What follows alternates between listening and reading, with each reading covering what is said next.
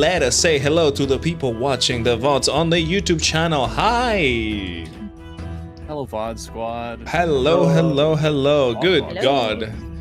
Session 56. Oh, well, technically it's a little bit more, but episode 56 in the VODs. Kind of crazy, not gonna lie. Kind of crazy. Alright, do you guys actually remember, or no joke, do you guys actually remember, or should I do a recap? No, I actually remember. Okay. Not much really happens. Okay. I'm just asking. Yeah, we all died. That's all that happened, you know. I mean, you can swoop in and like say if we missed anything important. Okay. But I think for the most part, I can remember. Got it. Whoever gets rolled. Whoever, yeah. All right, so somebody roll me a D3. Oh, you already did. Well, you rolled a D4 and it landed on a 3. I rolled a Whoa. D4. Okay. Yeah.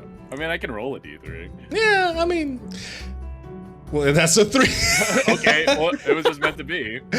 Well, Ambrose, it is your turn then to tell us what happened last session. He's like, oh. Oh no. Oh, Oh no. I just woke up. What a way to wake up. this is going to be terrible, but yeah. So, Go for it. last time we were continuing in our pursuit of May, Zojo's lover turned whatever we're kind of calling these zombie vampiric like ooze creatures. We haven't really had a solid name for what they actually are, honestly. But we're in the midst of trying to stop her from fleeing and actually deal with her after previously speaking with Zojo and him responding that May was growing a bit too bold and it was time to end things before it got worse. And our manner of doing that was pretty effective, besides Ambrose, who was kind of just walking slowly. But through the use of fire and flame, we managed to do a decent amount of damage to her before she had begun to flee out of the Grey District into the main district of Strail. And it was here that we had to essentially make decisions pretty fast before civilians were put into danger. This was mainly through the concept of trying to have Zojo calm her down slightly to get her focused on something else besides these civilians. And eventually it turned into Ambrose essentially kicking Zojo to the ground. Of course, pretending, not actually hurting him, but an act to try and force May to focus on Ambrose, because every single time that May has acted out, it has been because Zojo has either been like threatened or injured, or there's something dealing with Zojo. So it's pretty obvious that May, even if she is definitely not completely herself, is still thinking with Zojo's integrity in tow. So, and that did pull her attention, but unfortunately Rexmoa got a little too close, which caused May to attack him immediately, starting the combat anew. And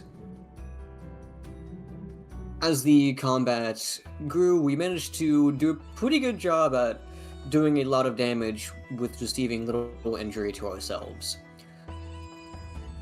And as things began to kind of slow down and our victory seemingly assured, she attempted to get away and kind of pounce on Zojo, who stopped her himself. But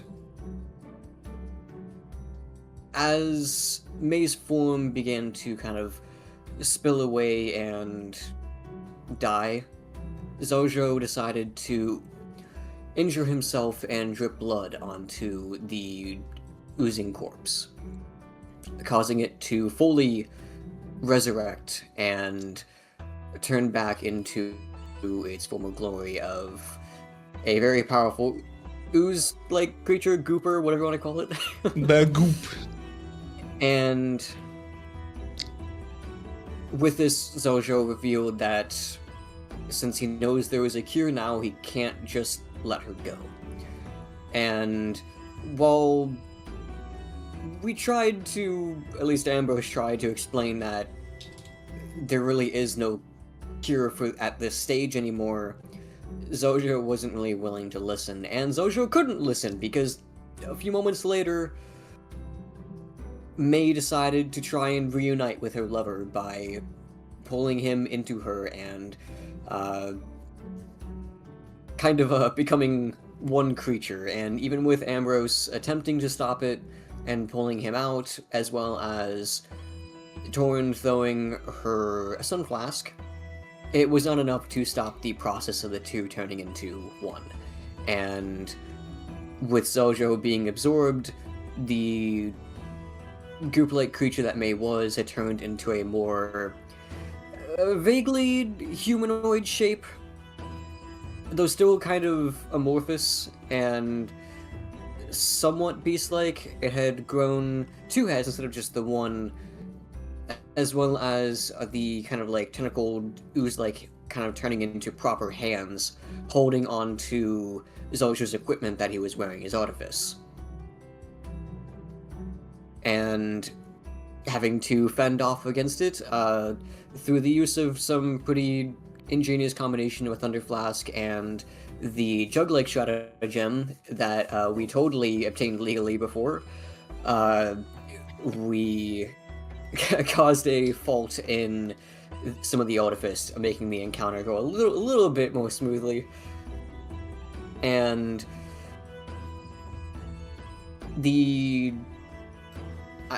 I will sit back with what I've been calling it, the Mayo creature,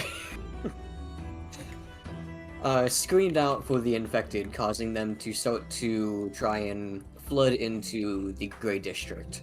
However, as we continued to fend off against May and Zojo, we eventually came out victorious as dawn broke through the sky and the sunlight began to burn the combined creatures of Zojo and May, as well as cause the remaining infected to flee back into the Grey District.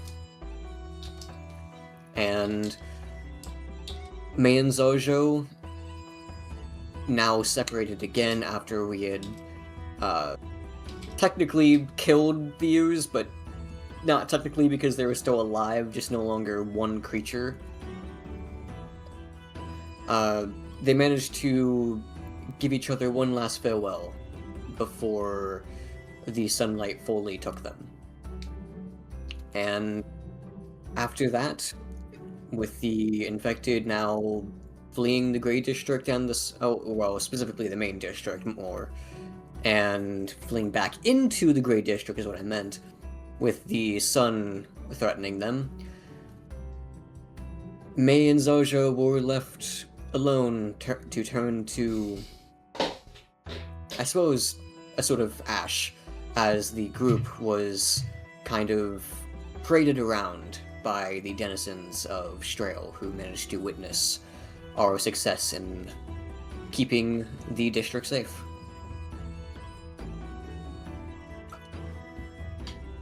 That is correct. Sorry, I was fixing something. That is correct. Sorry about that. That is correct. The morning of the previous day of the Inventors Fair is upon you. Now, you have defeated the couple. They lay on the ground. At this point, the crowd of people that is gathering around you gets a little overwhelming, as you know they're all trying to lift you up and show their appreciation, as of course you, the party, has stopped this what could have been a massive outbreak from happening. And the people are, are trying to... You're the hero. That's pretty much what is happening here. The only problem is, of course, in the back of your minds, you understand that while this has happened, you also know that, well, all of you have taken damage by the creature. And, of course, that means that you guys are infected. Not to worry for too long, though, as, you're trying to, like, hey, you're trying to calm down the people, like, get some space. You see, like, the guards are starting to show up and, like, seeing the scene, they're like, oh my god, what happened here? And the people are kind of, like, telling them, oh my god, like, you saved us. All of you, this group is, like, the savior, the people who helped us in this day.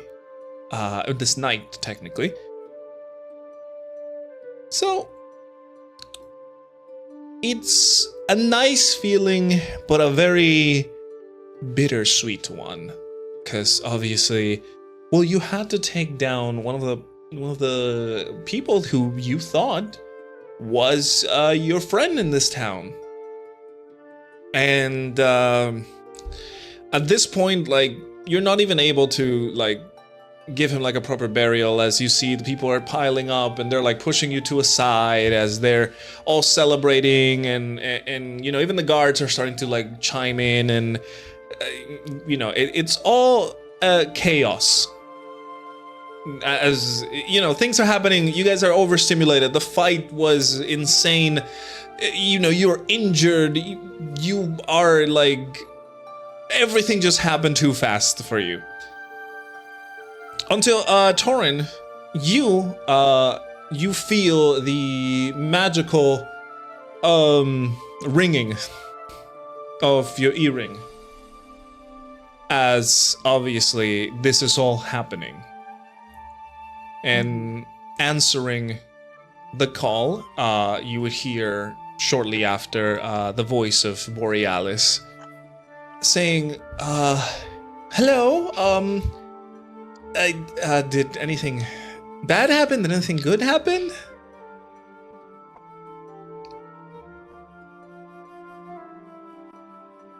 Thorn will kind of look around at the crowd and kind of like back at where Zarjo and May were once. I guess it would be like a heap of ashes at this point, correct? So... kind of. In a way, she would kind of be trembling a little bit from anger. From like what happened previously. From last session, she was pretty upset. So she kind of lets out like a small little scowl on her face as she kind of replies, "Not as good as you think." And the magical communication buzzes again, and she goes, "Oh, well, yeah, I was calling because while we were making some advances, I saw the sample that we got from you go completely crazy. It was trying to run away, banging on the enclosure that we have, and well, I got a little worried because it's never shown this kind of behavior, but then suddenly it just stopped entirely, and now it's laying there. It's kind of immobile, but still alive. I don't know. Did you take down the threat? Yeah, it was a two-headed monster. It was May and Zarjo combined. Oh goodness. That doesn't sound good. Good news, and I'm assuming you also have bad news for me. Well, I understand that this combat might have been a little bit taxing, and I want to help you because I may have a prototype, a small, hopefully harmless way of removing this parasitic goo. And well, I'm assuming the combat was quite violent, as I've been told these creatures are. So, sorry, technicalities. What I'm saying is, I'm sending Rin over, and she's going to bring you back here, and I'm going to get you healed.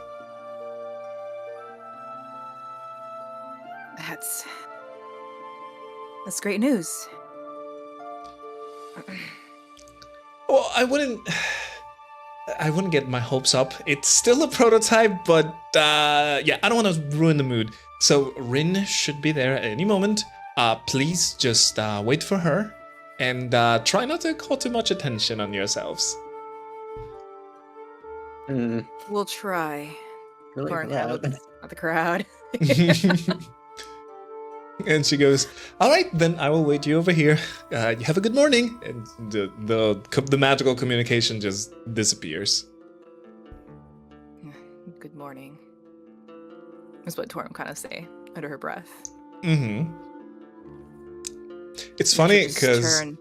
Oh, go ahead. Oh no, yeah, she was just gonna turn to the team, pretty much. That's all I was gonna say. Mm-hmm. It's funny because Borealis would not be able to hear the crowd since the communication is between her and you. So you can only hear her in your mind, and she can only hear you in her mind. Right. So she has no idea there is a crowd around you at this point. So it's gonna be a little like, by the way, about no attention. Back at the office. Exactly. So as I said, people are just like trying to. Well, at this point, you're being glorified as, the saviors of the lower city, the ones who stopped this monster in the Grey Quarter and obviously drove away the other creatures from infecting the town. Of course, these are exaggerations, but what's a tale without a little flair to it? The people like to invent. They like to make things greater than they usually are. So the voice is being passed around that it was you, the four of you, that did it. Obviously, at this point, like the bodies, because there were more creatures that you guys left in the Grey District, are being completely removed after, the sunlight has charred the creatures. And as you guys are trying to calm down, Rexmoa and Ambrose, what are you doing while this is happening? Like, you guys are getting like moved around. Everybody's like, "Oh my god, thank you, you saved us." It's a little bit too much. But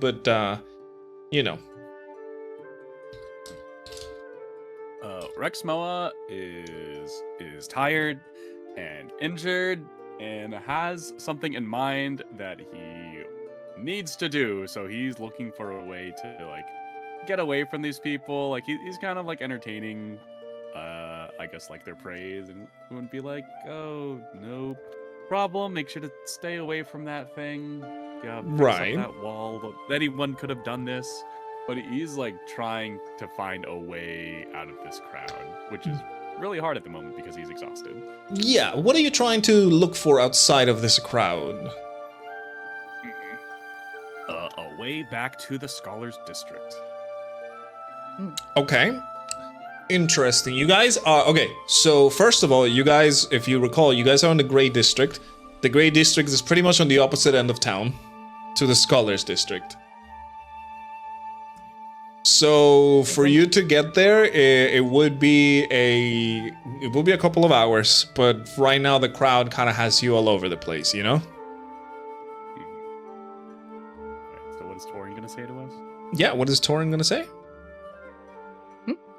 Oh, I just said, what did I say? It's all good. Nothing yet.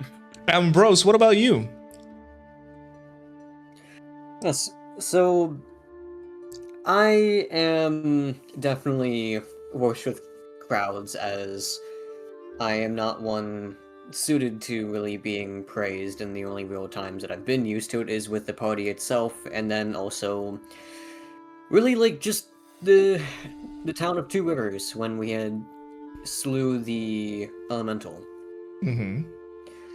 So I am looking a bit uncomfortable, trying to just listen and more check up to make sure anyone has not been injured during the midst of what we were doing, since I wasn't able to focus on the regular infected attacking the town. So I'm more just kind of asking if people are okay, while also every so often glancing back at where the combat with Mei and Zhao occurred, feeling a tinge of pain of knowing that for me, that I felt a similar way to what Zhao felt, and I wasn't able to do anything for him. Right. So yeah, Ambrose, as you're being like showered with compliments and like, you know, congratulating you for like everything, people are like, you know, the way that these people react, Ambrose, you can tell that these people, they needed some hope. This is like a little bit too much for you having defeated a creature. Of course, not to diminish the act of what you just did, but like they're taking it like quite a lot, you know? Looking back onto the final resting place of the couple, you can see that some guards are already like, you know, settling down a perimeter and like moving people away from the remains, the charred remains of the two of them, where technically the only thing that half survived was the machinery that the creature was holding. And not even, because of course you guys used your items to shut down this machinery. So yeah, there's still probably a decent amount of... I've been healed, but I imagine there's still like a pretty obvious like bloodied stain on my right. shoulder where I mean, yeah, you are definitely, you guys are definitely like, sure, you are being like showered in compliments and like you're being treated like a hero right now, but it's people can tell that, oh god, you're not doing well, and they're all like offering you to like take you to the healer and everything. When after the few moments that they're trying to like, oh my god, they're just, you know, pretty much you have like a fan club right now. But yeah, after some moments, you, Taurin specifically, would feel something tapping on her ankle, and then looking down, you would see a white and gray cat with some black stripes. And once it sees that you are looking at it, she would point away from the crowd. You would know, obviously, that from your previous encounters that this cat is Rin in her wild shape. And she starts walking away from the crowd and just kind of waiting for you, as if, you know, wanting to be followed. Okay. That's when Taurin will try to get close, probably tug on someone, you know, probably Rexmoa and Ambrose, whoever's nearest, and say, hey, you know, kind of motion, follow me. No words, just the motion of like, you know, her hand going up, going, come on, this way. And then Rexmoa would nod his head and silently say, lead the way. You guys start following the little cat as you know, you kind of push your way out of the crowd. The crowd are still kind of following you, but even seeing that you guys are moving away, the guards kind of pick up on that, and they just start pushing the crowd back, being like, hey, you know what, okay, give them some space. They've been through a lot right now, so like, you know, spread out, go do your daily things. Don't suffocate them. And that helps because most of the people just kind of, start spreading away and letting you through as you're following the all familiar cat.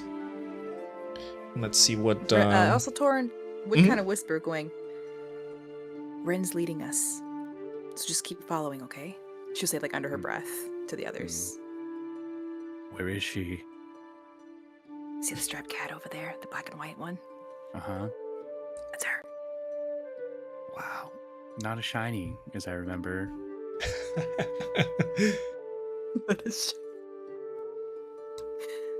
So, as you continue following her, obviously she would lead you further into the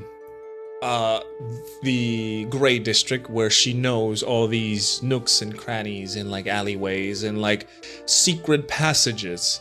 And eventually, she would return to her, half tabaxi form, and she goes, "Well, it looks like you got into another mess. I'm glad to see you're not injured." And as Rin mentions this, she turns to see that Ambrose has a big gash on his shoulder. Obviously, Rexmoa is also like injured. Yeah, like 2 of them on my chest. Exactly, Like, hey. exactly. Kipper as well has Honestly, some, yeah. Most of it was us just kind of being literally tossed around more than actually being like having open wounds. It's more just like, I'd imagine, like bruises and such. Well, Except, Ambrose, who does have like a bustle. Well, I believe that. Rexmoa got launched. I believe she did claw a few people, so you will have Yeah, some claw marks I definitely as got well. clawed. Exactly. So Rin says, "Look, it could be a lot worse." And she would cast Healing Word, 1 HP, a single HP. Okay, everybody gets 1 HP back. Hey, you know what? It works. Hey, if it works, it works. But yeah, Rin will start leading you over to the secret entrance that goes into the underground, like previous black market of the, I guess the Grey District. Slowly, she would take you through these places that you guys have already seen. The busted down, now abandoned, and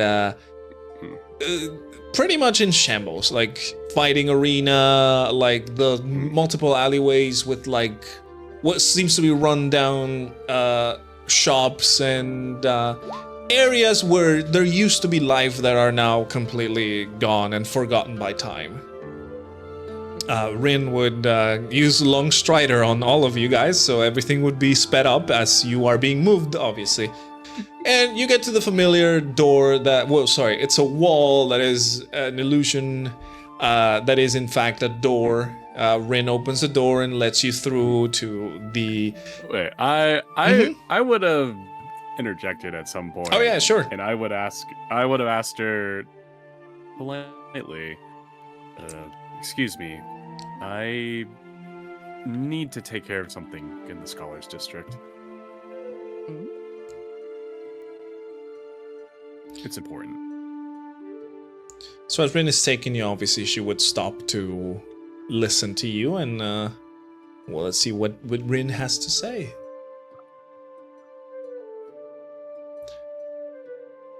Obviously, it is quite a transition from the now very busy, crowded area that you guys were fighting in. Obviously, from the fight to the crowd cheering on you, and to now the dead silence of the underground black market, abandoned black market of the city. It's like quite a high contrast of things.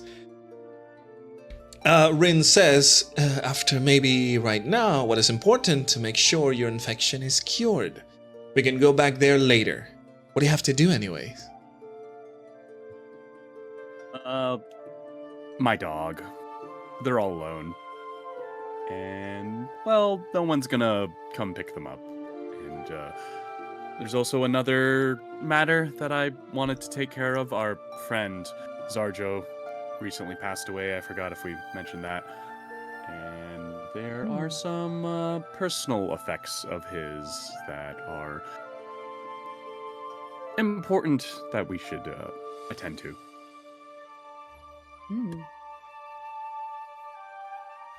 Corn's interest would be piqued. It'll be real quick. I'm sure you know, like, some kind of shortcut, right? It's just right by the market. Rin says, I'll be heading back there to pick up Taurin's boyfriend. So tell me and I can do them. She is Rexmoa not intending to stop, by the way. She's just continuing, like, taking you. Yeah. Rexmoa tilts his head a little bit and is like, Are you sure? And then, well, if I'm going to tell, I'll just like message you because I would be whispering it. Okay. I think secrets are fun. Okay. Yeah, so I'll just message you on Discord. Okay. All right. That's not good. 20. It's All right. like So you can / continue. WDM, by the way. Yeah, I think it's probably /WDM, but I'm pretty sure since I have like set up like this, I think it's gonna show up anyways on the stream. So you know. On the stream. Yeah.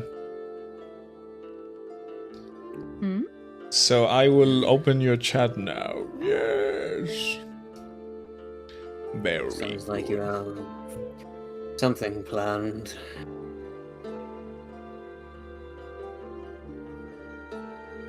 Torn would be like, pretty hasty, aren't we? Waited this long. Rin. Well, we couldn't exactly tend to it earlier. Rin says, yeah, because, you know, Oh, I'm it's more too worried about you all not getting cured in time to worry about your dog. I'll make sure to get him over here.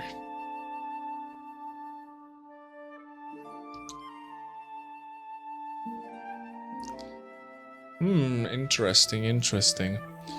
And as I said, Rin is not intending on stopping. So, she's like once you stop, she kind of starts like pushing you, you know?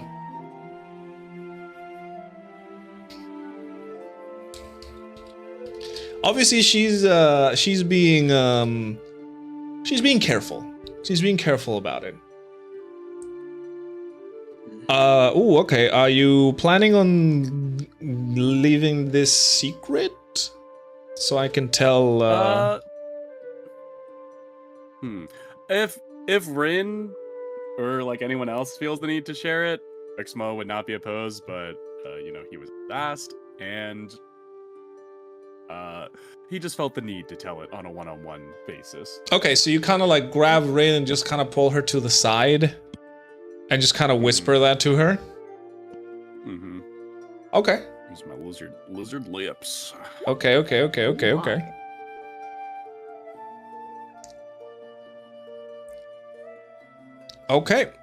all right.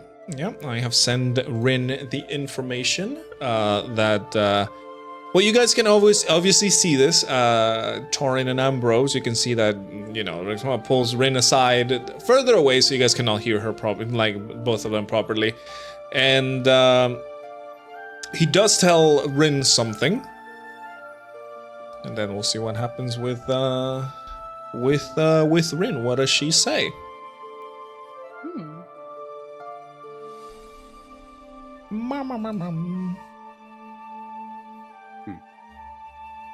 Torn will also kind of like get a little chipper going, oh, Galarian's back in town, huh? Is that something you would mind doing on your own, Rin?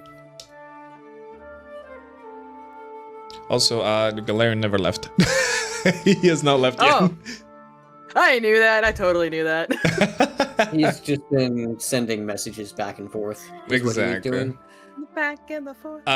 Rin eventually looks at Rexmoa and she says, I have another suggestion. Let Borealis take care of that stuff. Who knows? She's very good at tinkering.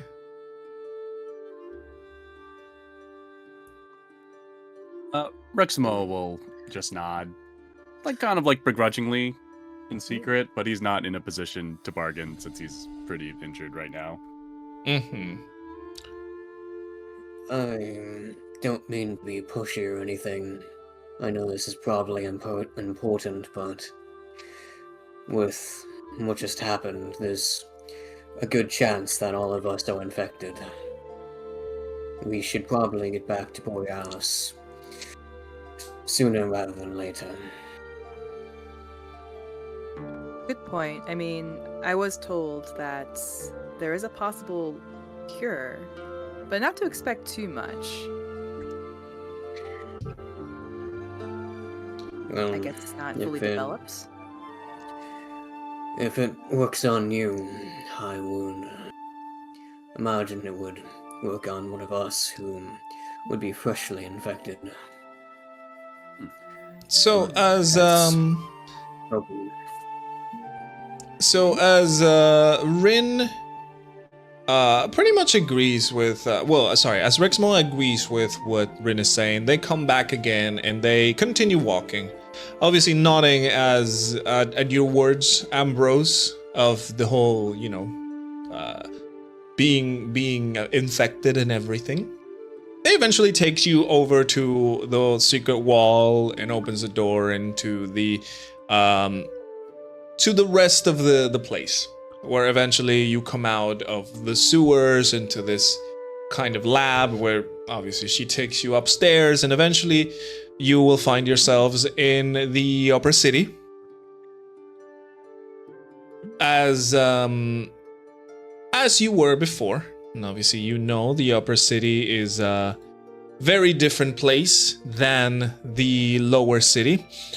But the good thing about this is that the routes are already mapped. Rin already knows where to go. She just kind of gets you to the manor of the House Trishul, where Borealis lives, and she lets you in the door. Percy and the robotic staff kind of greet you as you enter inside of the manor, and she leaves immediately after, not staying too much because she has things to do.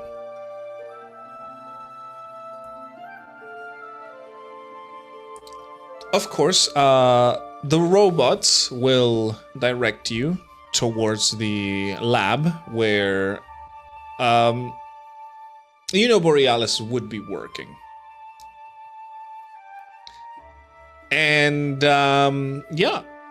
you guys are taken to Borealis's lab. The robots open the door, and you see the same sights that you saw before. Obviously, the very clean, but at the same time, things all over the place. Sketches, schematics, things that you don't understand out of robotics, and it's a very big laboratory where Borealis is there, and obviously Percy announces that all of you have arrived, and Borealis just gives a little happy clap as she sees you, and she goes, "Oh, yeah, that looks very bad.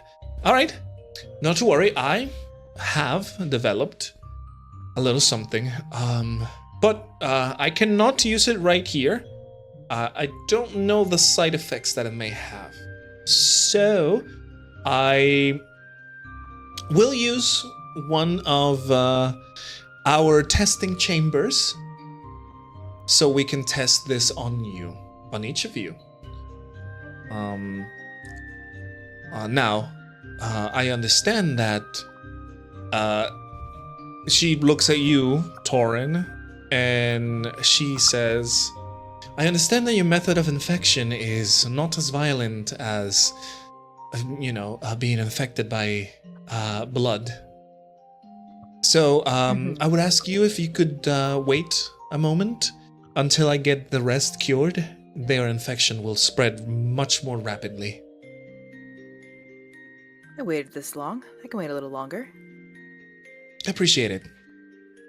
And obviously, Borealis recalls the robots and goes like, okay, we're about to treat the infection. Everybody go to their stations, and she's kind of like commandeering them around as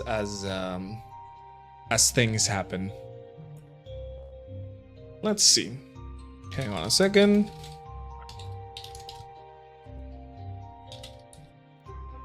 Yeah, as you were saying, Ambrose, while your wounds have been slightly healed, they're still pretty bad. And yeah, So Borealis takes you to one of the testing rooms of her laboratory. You can see it's a fairly empty room, a chair and like and a table with a bunch of like little artifacts and tools to use. She gets everybody out, and the first one who she chooses is, we'll go with Kipper since he's the one that's not here. And obviously inside of the testing chamber, she is going to send Percival and the infected person, because of course Percival, being non-organic, is perfect, I guess, subject in case anything bad were to happen to the infected. She hands Percy this vaccine, kind of the ones that are like injectors. They're very rustic looking, but the vaccine is a liquid that is a very bright, shimmering white liquid. As I said, it kind of shimmers with light. As it moves around, you can see different spectrums of color reflected through it. And yeah, kind of like that. And you see Borealis and a few other like smaller robots that are like carrying things would go behind on a room next to this testing chamber where there's a safety glass and everything, so she could observe. And she pulls out a notebook to start taking notes. Obviously, you can see her like she is being very meticulous with the journaling of this operation. And as she's done kind of writing the preliminary things, Kipper is being moved into this room. The door shuts. You guys are waiting outside. You can see it. There is like a small glass opening. It's a very, very thick tempered glass. So it's meant to like really test things on the inside. You guys can see, like, you know, if you like lean closer, you will be able to see how Percival just kind of gestures Kipper to take a seat and to like loose some of the armor so he can roll up a sleeve and just, you know, inject him. And as Percy, you know, presses the injection, the liquid goes inside of Kipper's arm. And at first, he seems to be okay. Nothing really happens to Kipper. And you hear, you know, you can hear the like very muffled voice of Percival like telling stuff to Kipper, and Kipper stands up, but then he just kind of stumbles a little and holds on to Percival. Percival obviously gives him a helping hand as well to like keep himself on top, like on his feet. And you can see Kipper's like, he grasps at his chest first and just kind of, you know, leans forward as he starts hacking. And even though you've been infected by probably a couple of hours, you see that from his mouth a very large amount of this dark blue ooze comes out and just like flops into the ground and starts like moving around the room. This time you guys see that the goo itself is not being hostile. It's kind of just skittering away and trying to run all over the place. To which obviously, if you're observing through this window, you see Borealis speak, again muffled because of the whole room situation. But Percival tells something to Kipper with a little pat on his back, and also looks over to you guys watching through the window, and he gestures to cover your eyes. Okay. And Eyes as covered. Very good. as you cover your eyes, seconds later, Rexmoa peeks a little bit. yeah, and as you cover your eyes, You get blinded. seconds later, a flash just like illuminates everything, and then Quickly pop. exactly, and then quickly dies away. And seconds later, the door opens and Kipper comes out. He is feeling a little dizzy. You can see like him stumbling about a little bit. Whether it's for the injuries or like whatever, tiredness from combat, or the fact that some freaking organism just came out of him. To be debated, but Percival is My God, his pregnancy. yes yes but Percival obviously looks over to you, Ambrose and Rexmoa, and says, "Who volunteers to be the next?"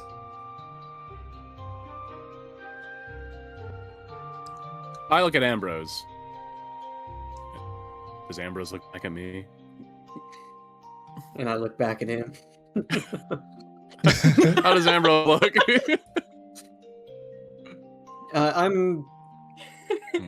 look pretty deep in thought, more just Hmm. thinking about the events of the prior night. And as I look up at Rexmoa, I'll say, Hmm. if you would prefer going first, I don't mind waiting. Rexmoa will give a solemn nod, and he will stand up and head towards Percy. And he's also going to take his shirt off and hand it to him. Yeah, perfect. You can see that Percival, like as if it was nothing, he grabs your shirt and kind of folds it over his arm, like as if it was one of those like bar towels, and just follows you with his obvious like always the good posture that he has. One hand behind his back and the other one holding your shirt, as he is by all means a butler. And before we get into your treatment, Rexmoa, things are happening over on Rin's side that I'm pretty sure you guys should know, even though you are not there. And Rin would have gone back through the sewers and throughout all the tunnels and all the hidden things of this underground layer in the Grey District. To eventually, she comes up and goes over to the main district and heads over to the Plain Dagger. Obviously, she knows who she's looking for. She's seen him before, and he would be around. Obviously, he is. He would be like having breakfast or just like waiting for more notices from who he's been messaging all this time. And she would find him and, tap him on the shoulder, and she would go, "Boy, you gotta come with me, please. I'm gonna take you to see your girlfriend. She's, well, situation's kind of iffy. Borealis is gonna try to cure her, but just in case, I thought you might want to be there." And she gives a huff. "Yeah, there's a lot of info at once, but we gotta get going, like, now." Obviously, at first, Galarian seems a little, kind of startled by the sudden apparition and all of this being dumped on him immediately. But he nods and just kind of stands up, pays for whatever food he was having, and immediately starts moving with Rin. At first not saying anything, just kind of following. But outside of the Plain Dagger, and the Rin would say, "Actually, do you know where this Sarjo lives, maybe? Rexmoa's dog's there, and if you don't, it's fine. I'll just come back later again." Galarian, unfortunately, denies it. He has not been in Zarja's place, so, If she was here, I'm just saying. It's not like she had locked his door or anything. Exactly. So, the two of them start heading back again, The way back, it would take Rin a few moments, so we will say that this is happening while you guys are getting cured, which we will go back to in a moment. But yeah, at first, the first stage of the track it's a little bit quiet. They're all kind of just like Galarian's just kind of following, not talking to Rin, and Rin is also not talking to Galarian. Until they reach over to the underground part of things. Where, silence of town, nobody's looking, and everything is more quiet.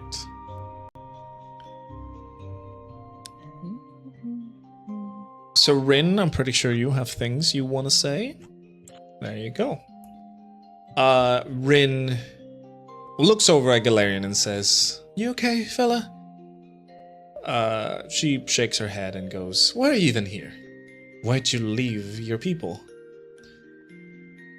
Galarian sighs at the question and he just lifts his hood up, finally revealing his face. Obviously, in the underground, he feels a little bit more safer to do this rather than being in plain sight of everybody. And he goes, "Well, I'm trying to help my people by doing this. In a way, I am helping the heroes get the stones. And, if that can bring peace to my people, then I'll be here. Of course, I didn't want to leave them, but with the situation being like it is right now in the kingdoms, I've been left with no choice."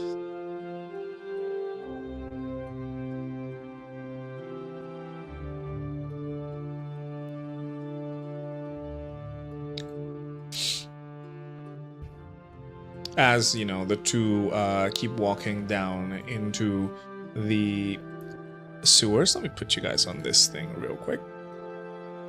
Boop. There we go. Rin is not really that sure of, what Galarian is saying. And she says, "Honestly, I thought elves didn't give a crap about others. My dad's family, they tossed us out because my mom was a tabaxi, and me, well, half." Galarian shakes his head at what he just heard, and he goes, "I'm really sorry. Rules were different before I started ruling. We were definitely not tolerant, and some of us still aren't, but I am trying to fix that, even if it's slowly, and to the disagreement of my other elven lords."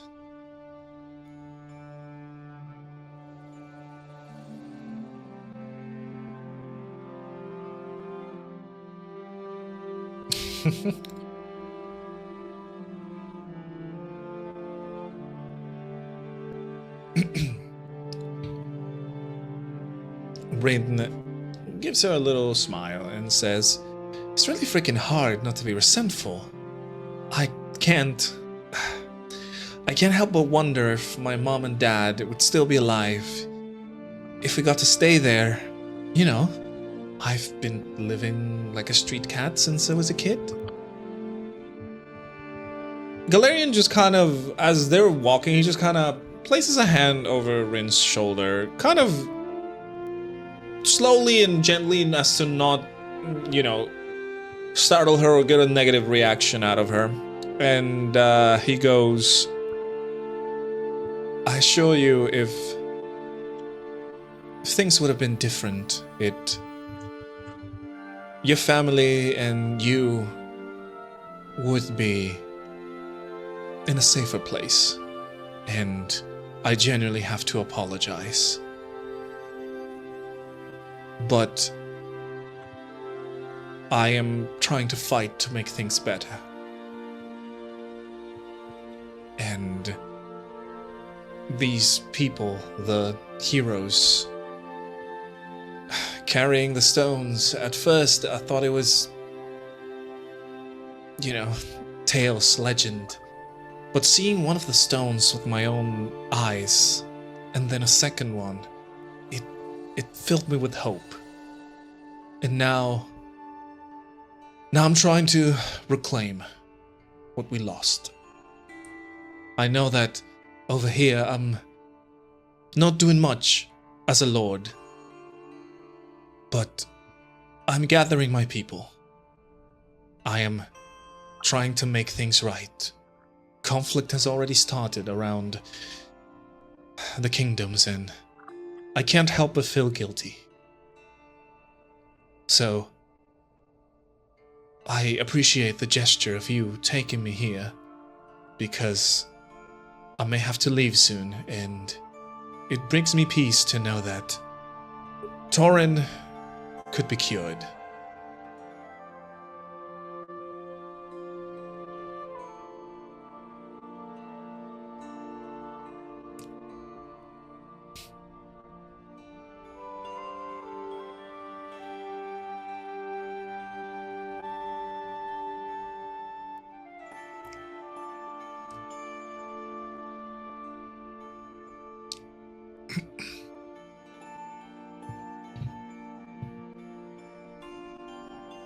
Rin sighs, then she smiles. But, if things didn't happen like they did, I wouldn't have met Echoes and then Borealis.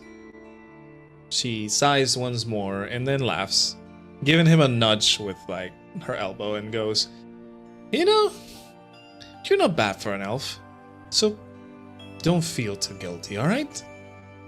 And hey, if anyone can do it, Borealis can.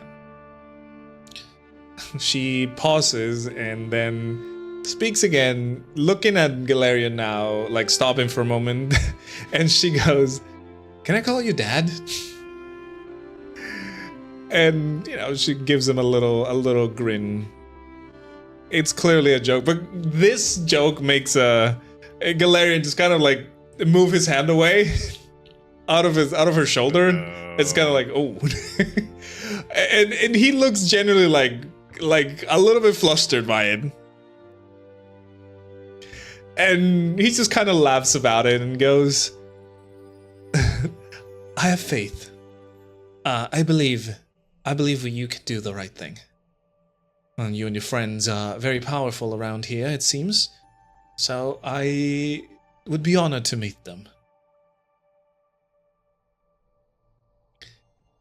And the two of them continue walking over until they would reach the upper city. While this is happening, of course, we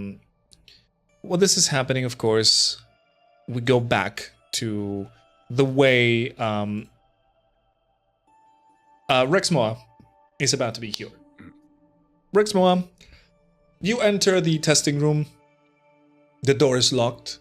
Behind you, you can see through the glass of the door is, the faces of your friends, kind of expecting. And through the other glass pane is Borealis taking notes of things, with some of the robotic assistants also recording things. Percival gestures over to the chair for you to sit down, and he would tell you the vaccine is a prototype. You may feel mild to great discomfort. Your symptoms may be different from what you saw your companion. However, I encourage you to stay strong. It would only last for a moment. What kind of chair is it? Oh, you see it's one of those, it's kind of wood with, a little cushion. Is it like more a a stool? Does it have, a back or an No, it armrest? does have, back and, your armrests. It's all wooden with back and armrests, but the back and, the bottom part is, cushioned. Alright. Rexmoa would nod and then say, "Thank you, Bernie. I'm sure it's nothing I haven't been through before, right?" Percival says, "We will see." And he turns over to grab another one of the injectors, and you see the shimmering liquid. And Borealis behind the glass pane, she gives you a double thumbs up as big smile, double thumbs up as encouragement. And you can hear her like a little Rexmoa muffled. returns a slight smile, single thumbs up. And Percival would look over to Borealis, and Borealis will give him a nod, and you would be injected with this liquid. Rexmoa, at first you don't feel anything until slowly your arm starts burning, like it feels hot, as if you are putting your arm over fire. Specifically where the scratches would be. Same with your chest. It starts burning up. You start sweating with how much you are. The heat of your body is increasing. And Percy looks at you and goes, "Would you please describe your symptoms here? We need to log every single side effect of the vaccine." Rexmoa is trying to maintain a composed posture on the chair, but he's kind of like fidgeting a little in a way. Yeah, it's like Rexmoa. It's starting to hurt. Like I said, at first it was like a fever kind of, heat. Then it starts to really pick up, and now it's starting to hurt. It appears that this vaccine is working rather quickly. What started as a slight fever feels like my arm has been submerged in a fire. And you hear Borealis's voice through the glass, a little muffled, but it's still, you can still hear it. And she goes, "Oh, yes, we have to make a very concentrated and a little violent form of this antidote because of how violent the virus itself spreads. So, okay." And you can see her taking notes. Fever, burning sensation in the body. Any other discomforts or maybe any other feelings that you may have? How do my fresh chest wounds feel? Besides the fact that you feel like you have been set on fire, your chest wounds are bleeding slightly again, but not a worrying amount. You've been healed after all, but they are still kind of dripping a little bit.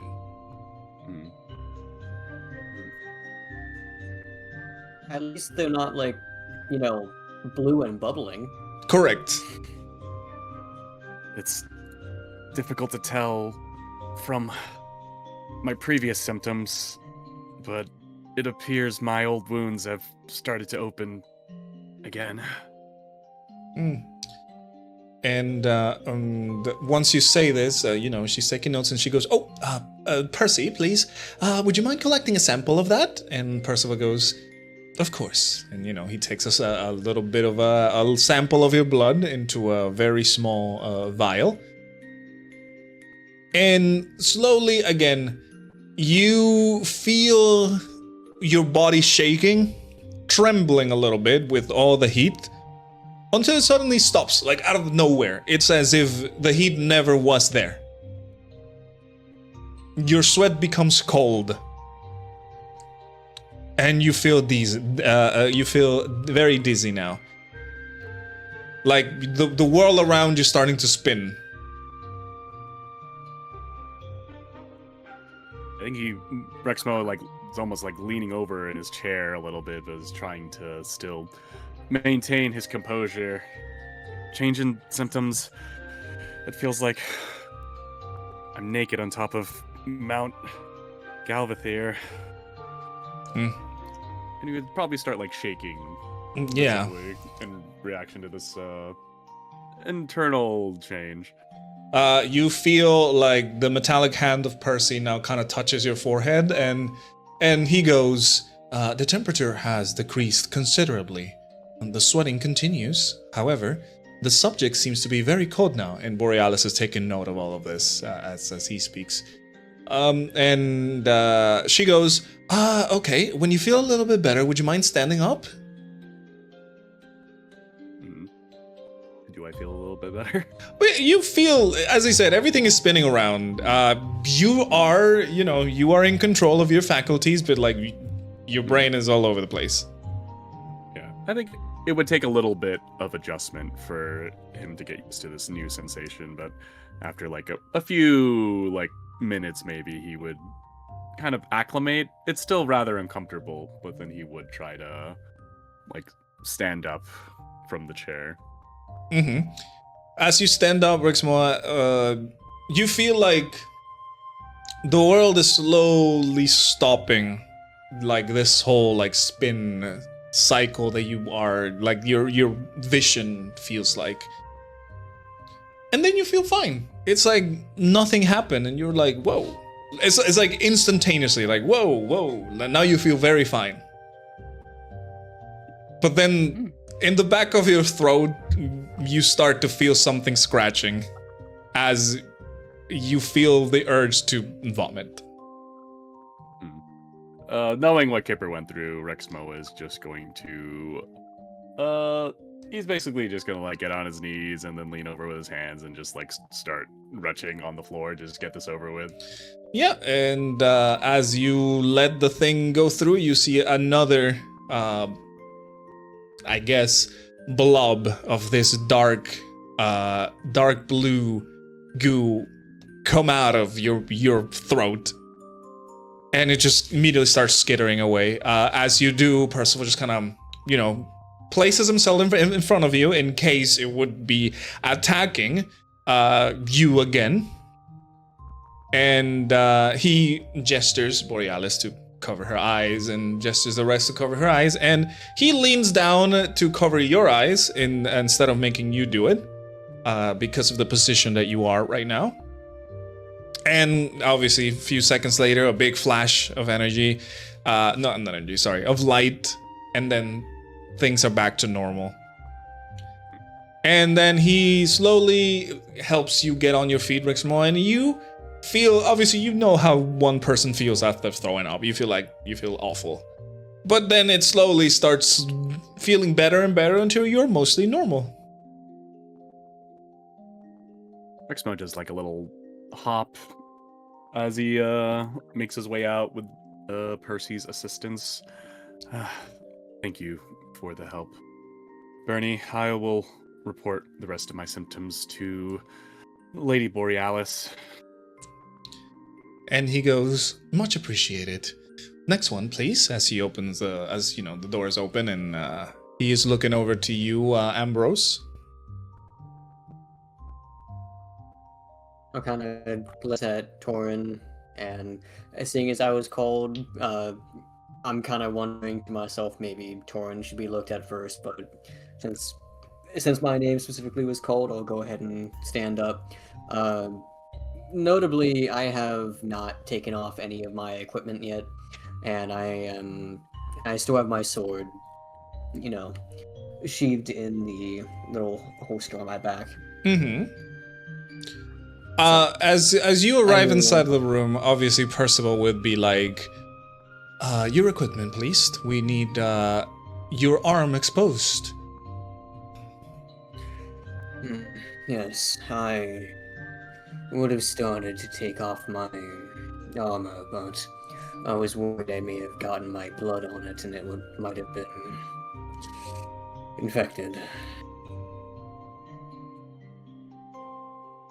So I will start the somewhat slow process of unstrapping the half plate off my body and slowly taking it off, and then I will also take off the kind of like bandolier I have for my sword, and I will specifically remove my sword, and when I sit down, I'm going to lay my sword on my lap.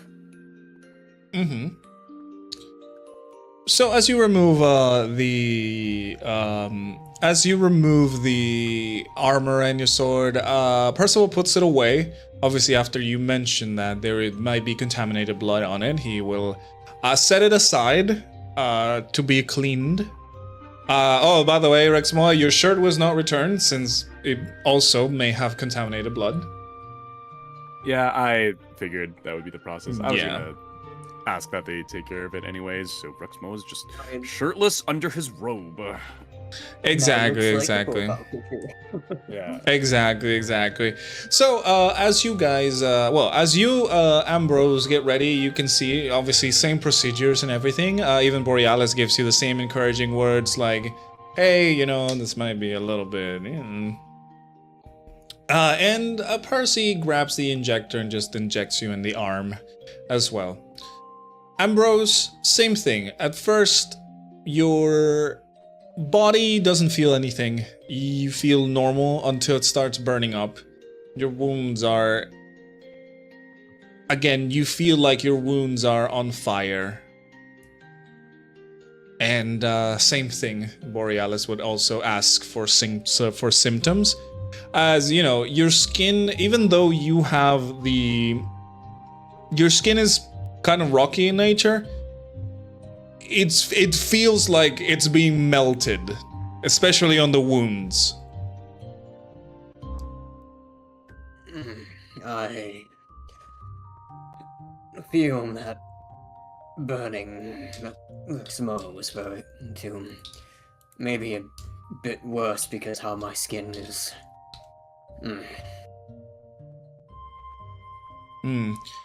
And, you can see her taking notes and Percival goes, strange. And as he, lifts your head up a little bit to kind of get a glance of you, Ambrose, your veins, your like gold vein kind of crevices that you have over your body are almost completely off. Normally they have like even this soft golden shimmer, like even if they're not active, quote unquote, but now they're almost completely off. Like it looks like your skin is now fully like, rocky instead of having these like golden things. And he goes, Percival goes, perhaps the vaccine is also a little bit of different in different physiologies. We should perhaps study further. Maybe it could be a reversible change, or perhaps it is only a response from the body. And Borealis just kind of nods and is taking notes out of all of this. And same thing, then the heat stops, then cold. It feels like you're freezing, Ambrose.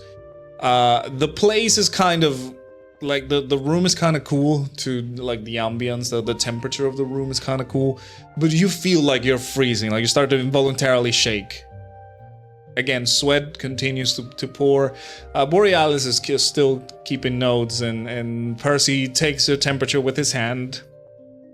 Same deal. They are concurring that the notes are the same on all the subjects. And like once you get like this like really bad cold flash, I'll say, if you need to continue studying me, I don't mind if it means people get better cures.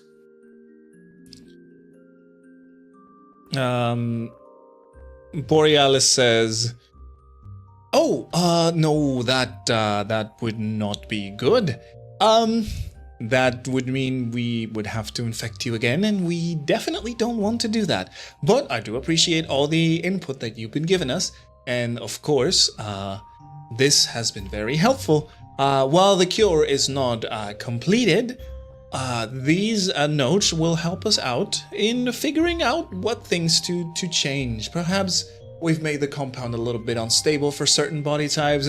You can see like she continues to ramble about like human anatomy and things until Percival says, "Milady, I think we are supposed to be keeping notes." And she goes, "Oh, right, sorry." And she continues to note things down. Then again, Ambrose, the feeling disappears and now you feel fine, starts getting all dizzy, you're asked to stand up. Yeah, I will kind of slowly stand up and just kind of, wobble slightly, feeling that way I kind of felt back when, kind of being reminded when we fell down to Vithis the first time, where it felt like I couldn't manage to actually stay steady no matter what I was doing. Mm-hmm.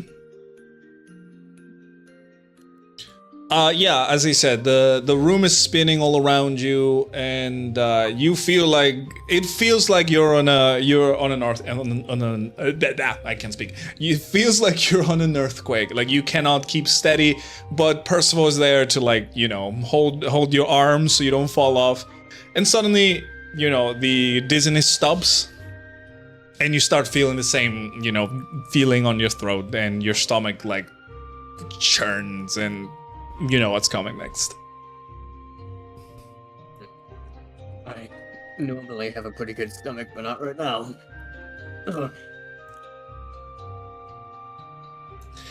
So, well, eventually the parasitic goo would come out of you again.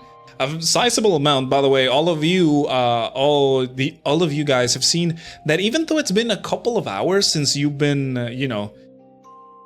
infected, there is a sizable amount that's coming out of you. It's not like a little droplet or like, I don't know, a cup's worth. It's a sizable amount.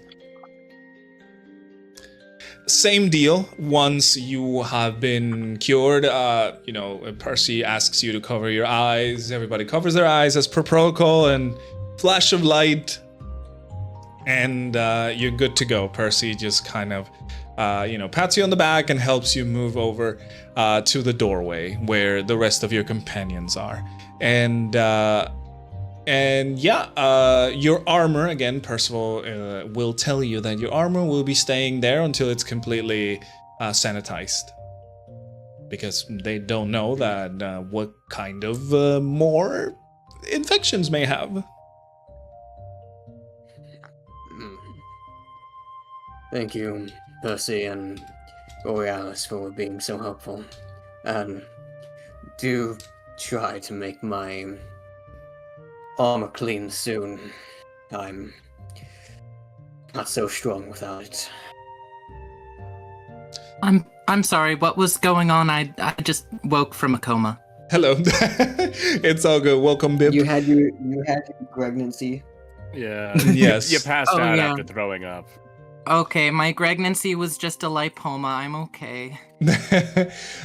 Bib, if you must know, after the night where you defeated Zarjo and May, the people were celebrating you as their hero until Rin was able to get you out of this crowd of people and moved you into Borealis's lab, where you got a experimental cure that she was making.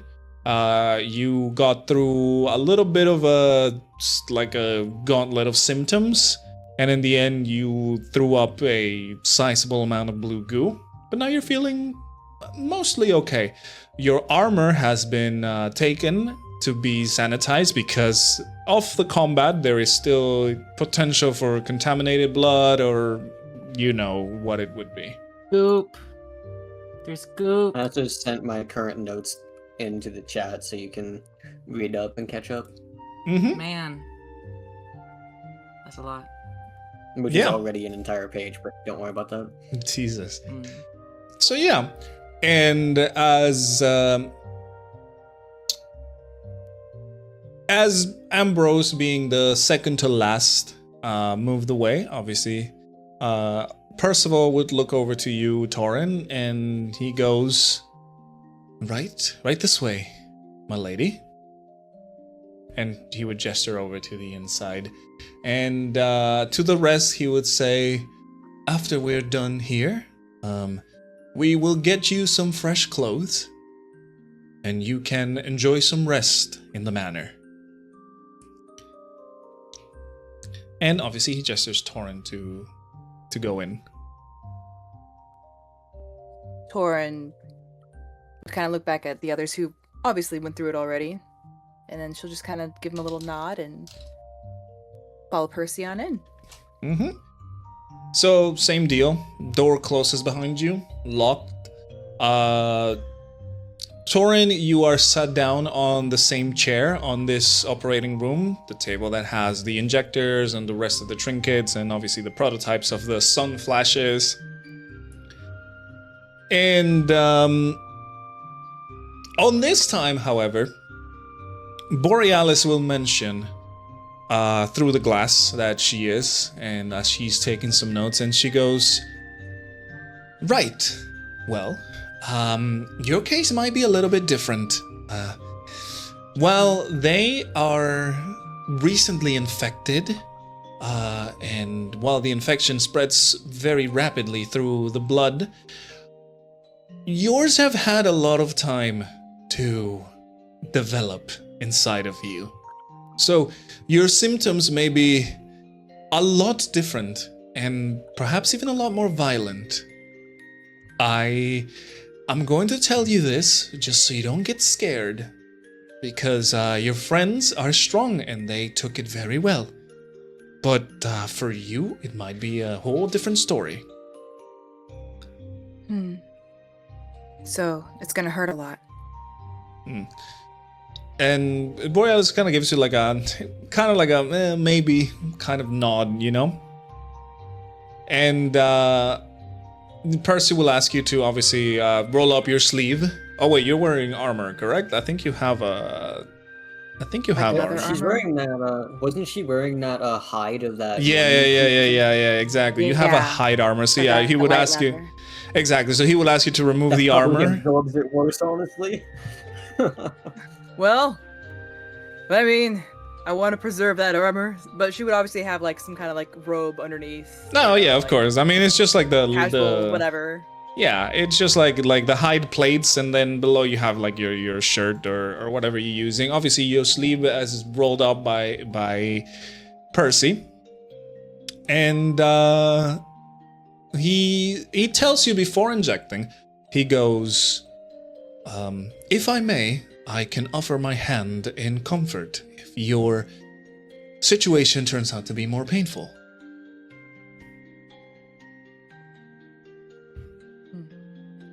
I'll take it. And she'll hold out her hand. Yeah, Percy just kind of gives his hand as you hold it. It's the hand of a robot. Not much to say there. It's cold, metal. Crushing. He's not putting pressure on it, Well, but at he's least you holding can't it. crush him back. Correct. And Taurin, before you are injected, you manage to take a glance up into the area where Borealis is, to see that Galarian showing up as, the procedure is about to happen.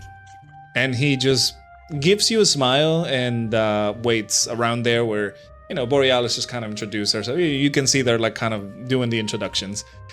But Galarian is still keeping his eyes on you as this is happening. And We're taking a deep breath, of course, and then she probably would close her eyes. Yep. Percy would take the injector with the new liquid and just get it in your arm. And Taurin, at first, you don't feel anything. Again, you just got injected with something so far. But then a very, very sharp pain all around your muscles, making them like tense and kind of cramp. But this is like all over your body. Your muscles tense and then like kind of cramp. You feel like you are locked in place with how hard your muscles are tensing. You open your eyes due to the pain. You're holding onto Percy's hand very, very tightly, and you open your eyes due to the pain, and you see that even your veins are starting to pop up a little bit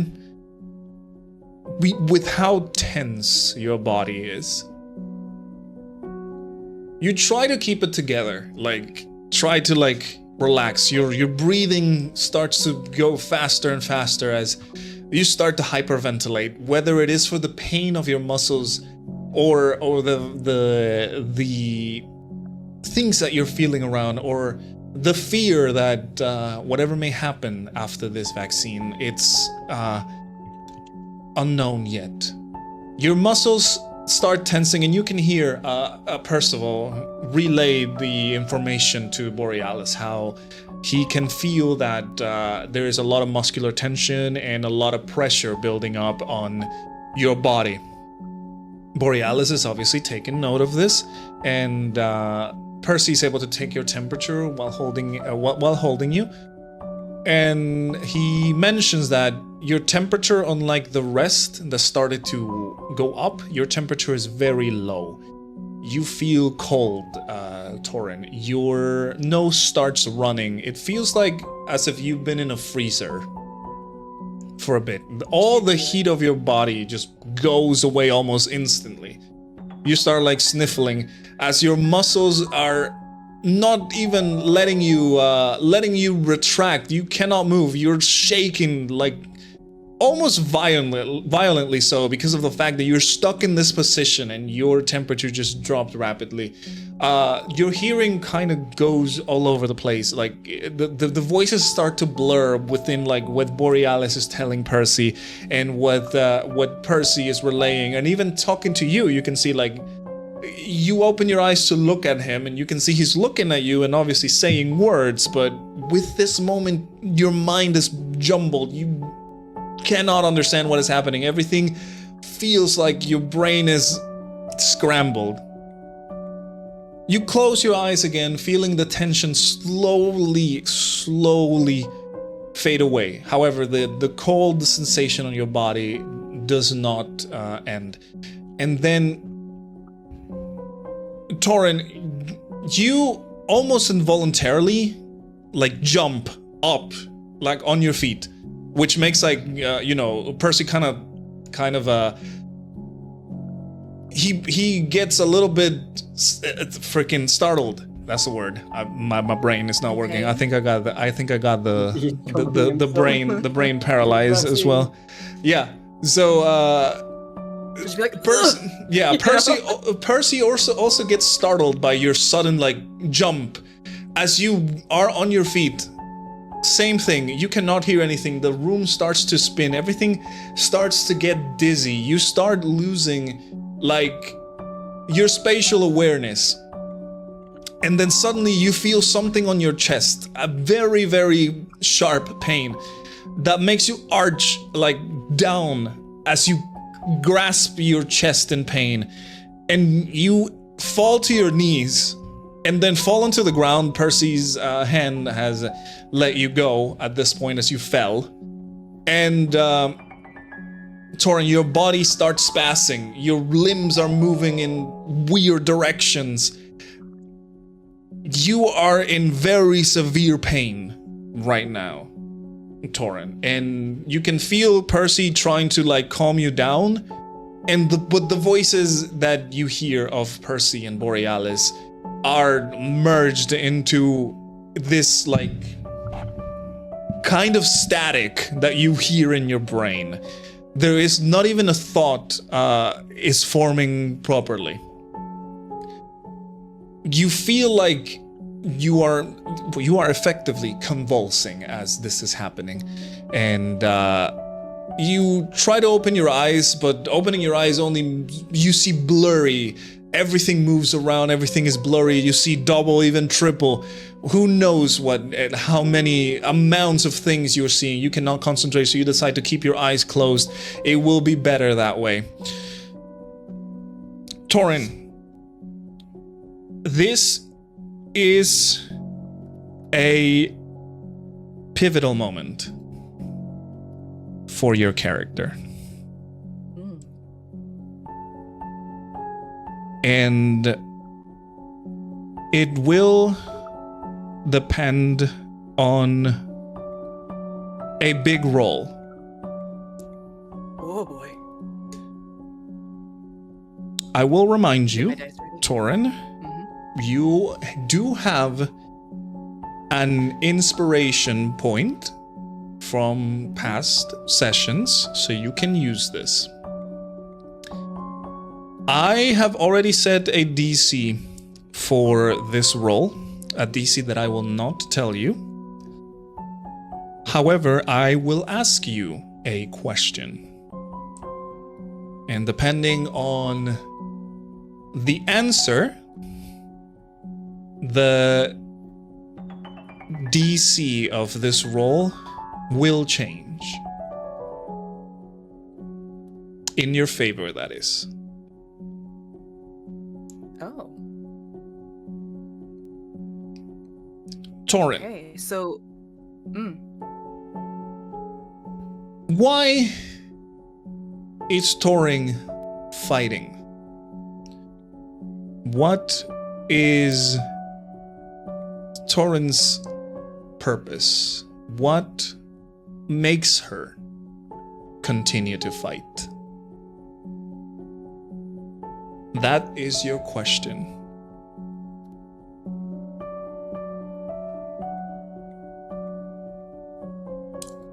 Taurin's answer.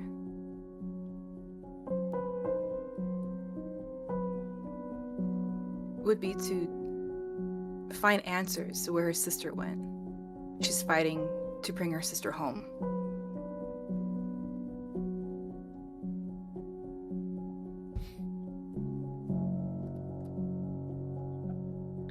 Is that all what you're fighting for, Taurin? And for her own revenge, she has something that she has to do. Something unfinished. She has to see it through.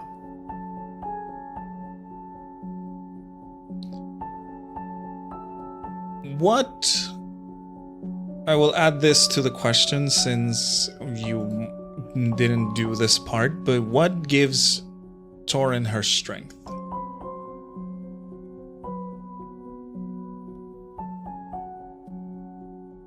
You don't have to give me short answers. You can be as detailed as you like.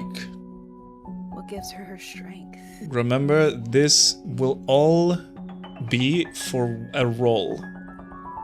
Mm-hmm.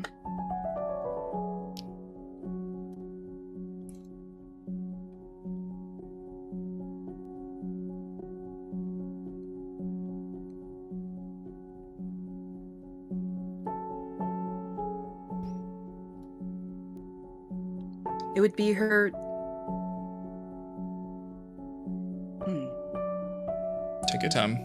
Think about it. Yeah. Decisive moment for you right now. You have a chance.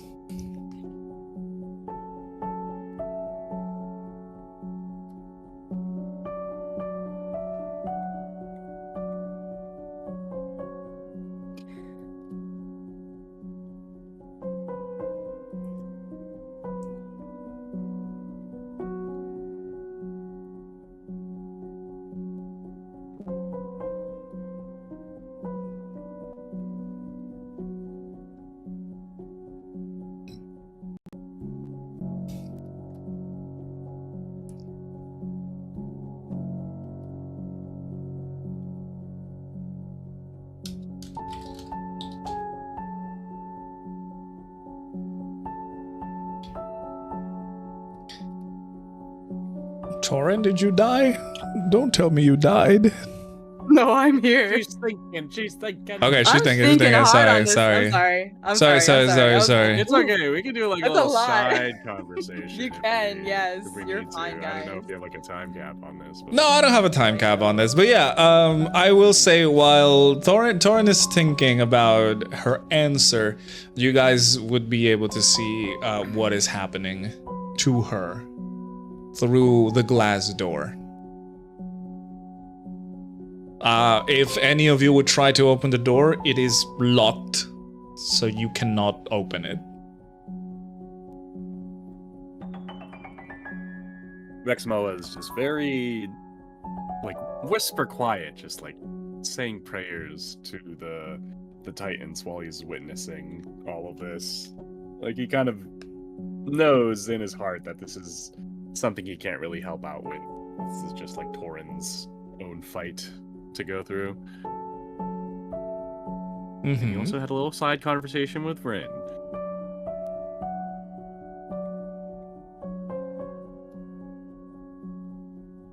Oh, I actually did not see that. Sorry about that. Oh, I mean... Oh! He's Good, good. okay. Yeah, make lamb. Kipper, what are your thoughts about what is going on right now? Well, right now, I think Kipper's just going to be standing there, just holding his arm, kind of seeing all of this unfold, knowing that there's not really much of anything he can do. This is an entirely new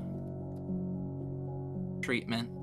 If he tried to jump in, he could just completely mess with it and then have adverse effects. So all he can do is watch until whatever happens. But, you know, again, he's able to do nothing. So there's that. Okay, what about you, Ambrose? I'm standing there staring through the window, and I'm kind of just holding my blade against me, kind of hugging it with one hand slowly stroking, kind of like thumbing the flat end of the blade. And every once in a while I feel my finger kind of slowly creep around to the edge, almost falling back into what I used to do before catching myself and staring through the window, and almost silently just asking Vithius, there's no reason for her to go yet. She still has things to do. Don't take her just yet. Help her stay here with us so we can help her, so she can help us. Please, not yet.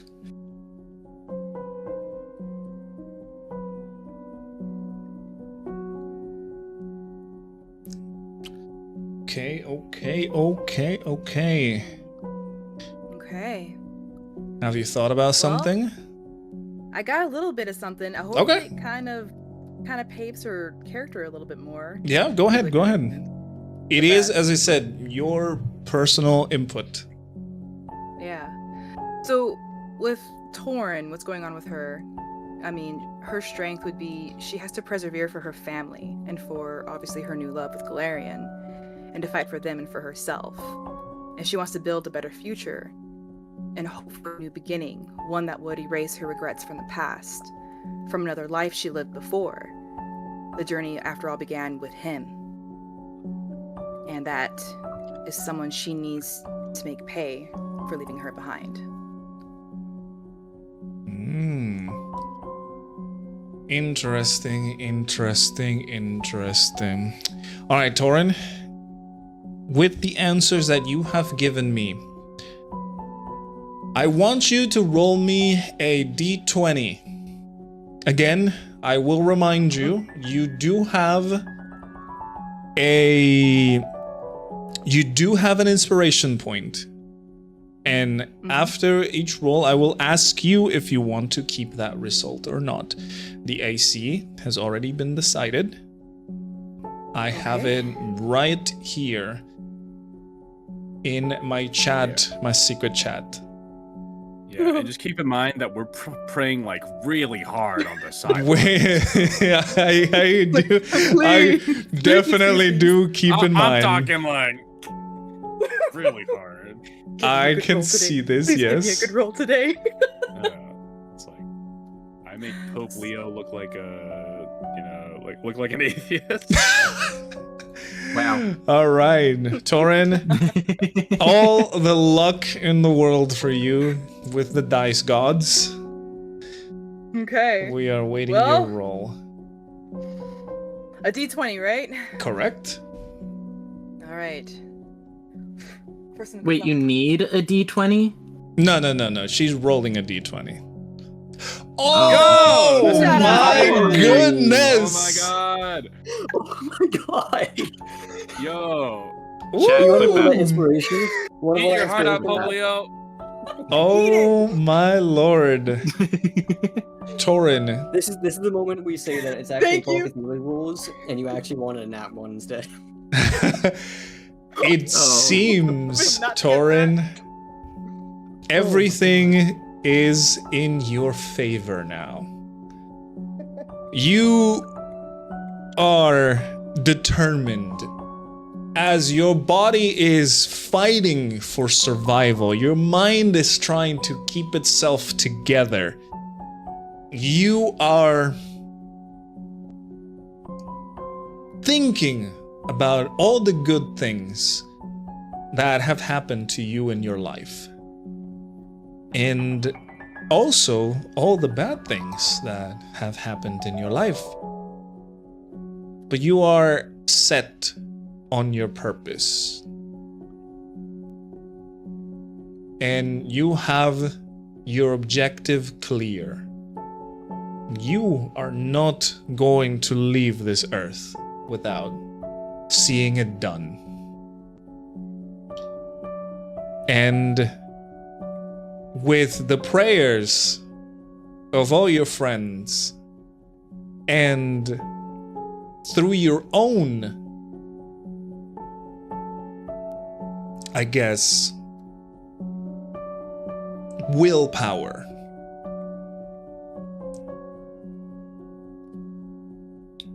Taurin, the spasms slowly start to come to a halt. You feel like your body, the clenching of the muscles is starting to relent. You can slowly move again.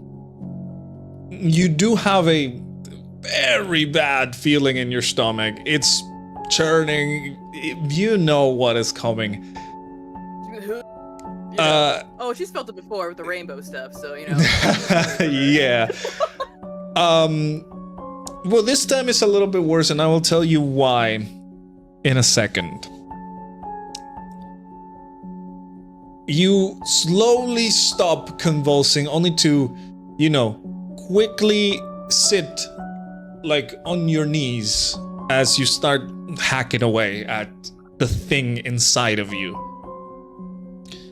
And obviously it starts to come out. For all of the players watching, the amount that came out of each and every one of your bodies is nothing compared to what is coming out of Taurin. I'm talking if yours was about a liter's worth, Taurin has a few gallons of the blue stuff. Ew. Whoa. Why did we have a leader in us? That's a lot.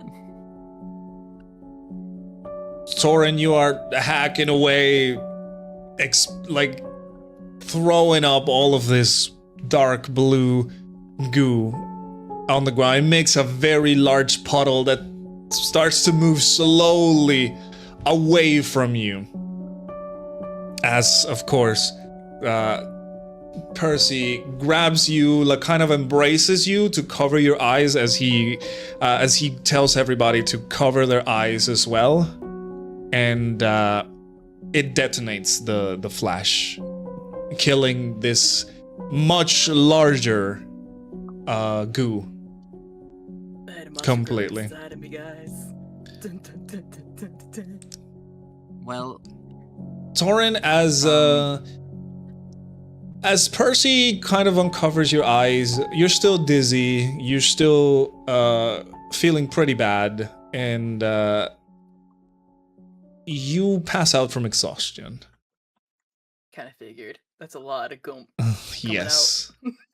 And however, Taurin, you are alive. And I will tell you this.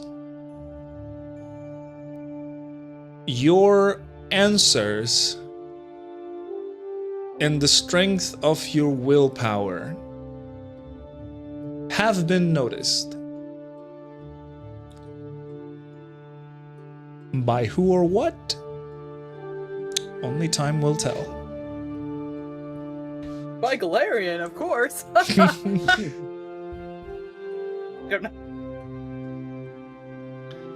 So, Taurin, as you faint due to the exhaustion of having this huge amount of this goo come out of you, something that looks like even impossible for you to like have inside of your belly. Yeah. Can you imagine? Percival, just carries you, and obviously, after the flash has gone, he just kind of walks outside with you and to everybody else. He opens the door, and he doesn't say much to you guys, the rest of the party, other than to tell you that she is stable now. And obviously that she needs some rest. And he will carry Taurin to one of the rooms to set her down, as the rest of the party is left there to, do what you want or what you need. A few moments later, Borealis and her little army of robots comes out with Galarian. He looked quite stressed, but feels a little relieved now that knowing that Taurin is stable. And Borealis would look at you guys in the party, and she would say, "Oh, I did not expect that reaction, but, well, I am glad we were able to cure your friend. She was in an advanced stage of infection, which leads me to believe that perhaps waiting a little bit more could have been fatal. But I am glad I was able to come up with something, even though I definitely need to apologize for all the pain that I caused. I am so very happy that this worked."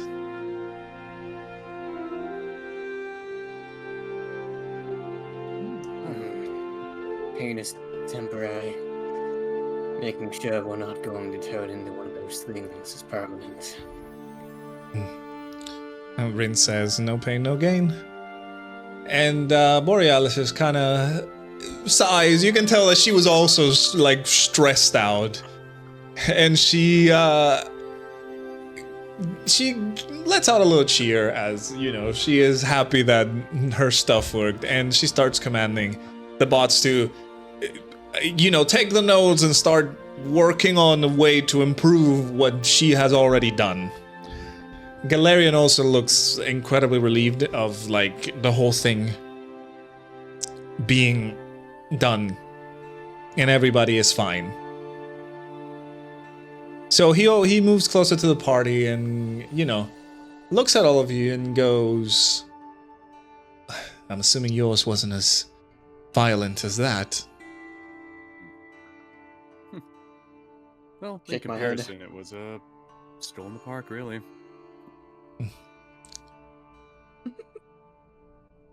I'm glad everybody's okay. I really am. I'm surprised you're still here. No offense.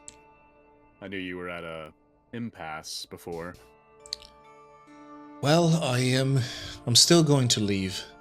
I am just waiting for my contact to arrive. So we can leave in a discreet caravan. Understandable. And, Told her? wait, what's up? Have you told her? I mentioned it, yes.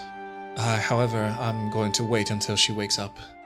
It's not a good idea to tell her these news, but knowing that she's safe and cured, it's everything I needed.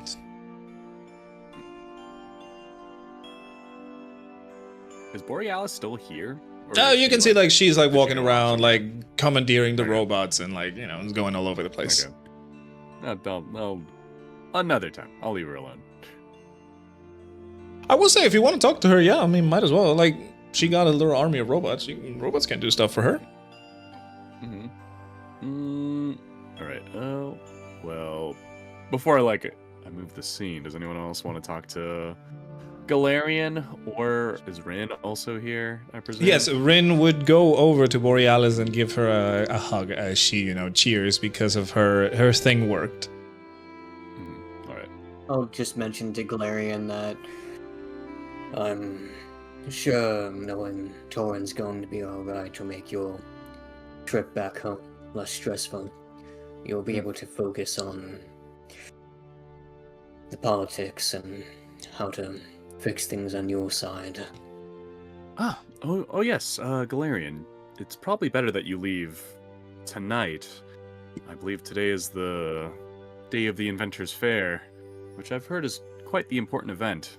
So if you need to, you know, sneak away, I think the attention will be all over the other districts.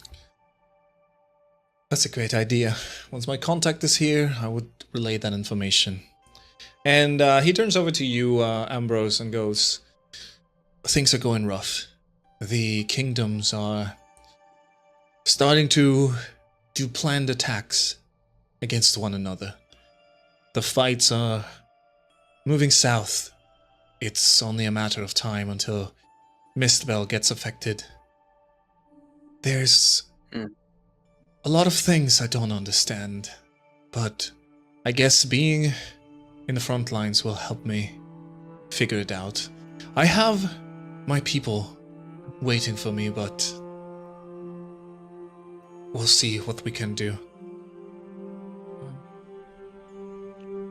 I wonder how much is being manipulated even right now by the Cult of Fire. If they are somewhere on the front lines too. Perhaps it's all happening too fast. Even too fast for a war. It's definitely got some influence of some kind. And he just gives a little laugh and goes, we could certainly use those stones, but until you're done here, I do not want to disturb you. The only reason I would use this stone is to protect the people around me. I will not be using it to further either side's gain. That is what Vithius wants, is for people to be safe, for children protected. I will not use it to harm another. And he goes, that's a noble cause, of course. I could not ask the gods to do something like that. My apologies.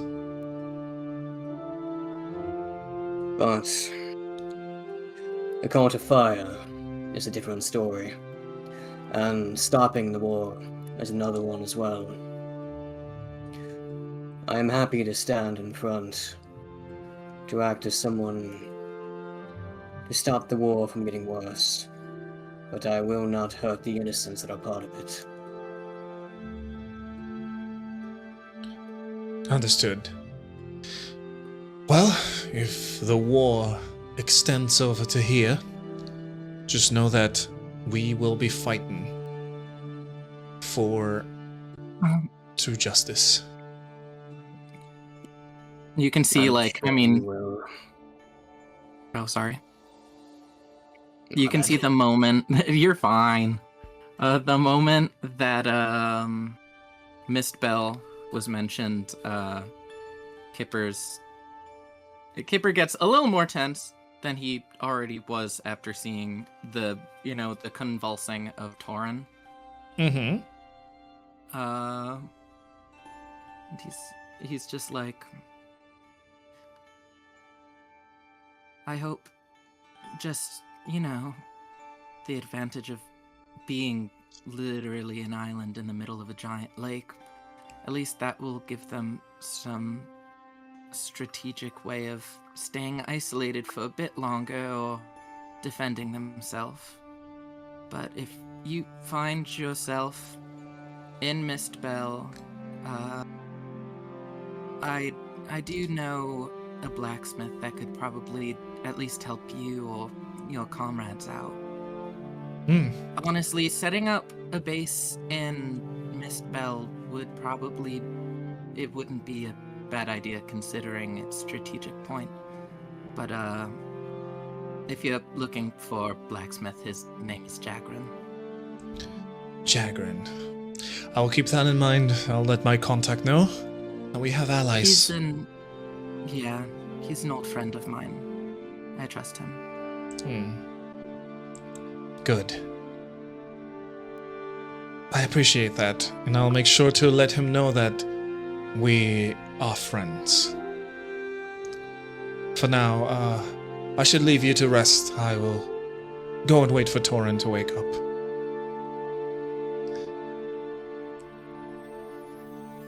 And he just kind of, gives you a little bow and, goes over to follow where Percy went.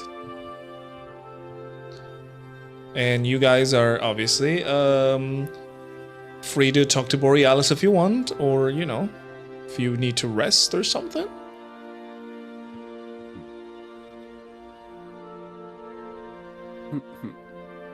Yeah, Rexmoa will walk over to Borealis and Rin. Okay. Rin, you see, Rin is, whispering something to Borealis. And, but obviously they both turn around and see, what you want as you approach.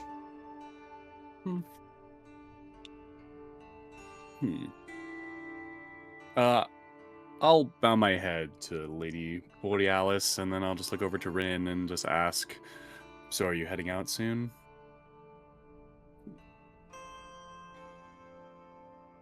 Borealis at the bow of her head, she just kind of just gestures no with her hands and goes, oh, no, don't worry about the formalities. We're friends here. Yeah, Rin says, in a bit, yeah.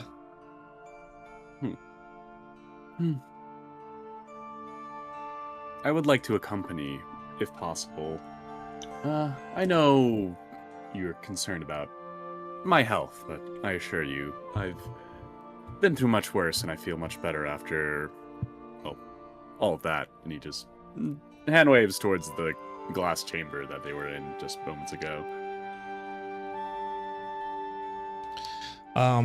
Borealis would nod and say, well, I appreciate the concerns. I believe that resting would be better. Don't worry, can still do a lot of things after that. Oh, and there is one more important piece of information that I forgot if we shared with you or not. Mm-hmm. The creature that we fought in the Grey District, supposedly there's another. Oh. Oh, wow. That's not good. Did you manage to see this creature or learn about it? We only learned about it through word of mouth from the, person who ended up betraying us, but I don't see a reason why he had to lie. We were pretty good friends before the whole betrayal thing. Oh, well.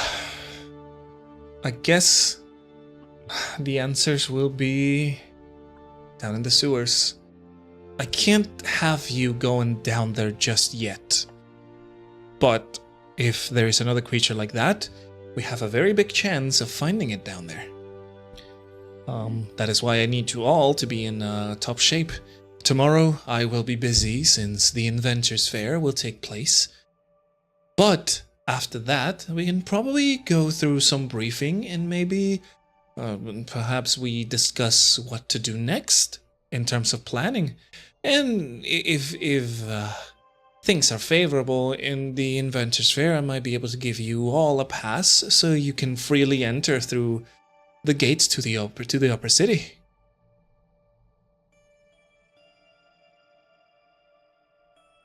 Rexmoa ponders this information for a bit and says to Borealis, I fear that, I don't really have a basis for it, but there's something about the Inventors Fair that makes me think,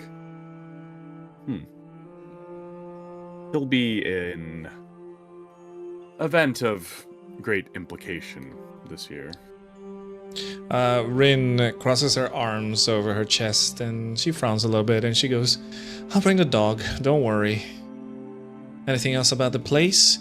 I want Boreas or Zephyr to see. I have a question.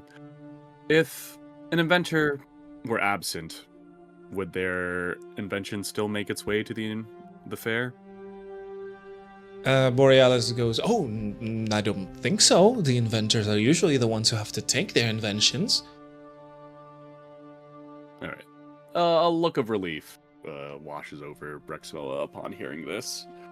I'll kind of come up behind Rexmoa and I'll say, do they have to log their inventions before?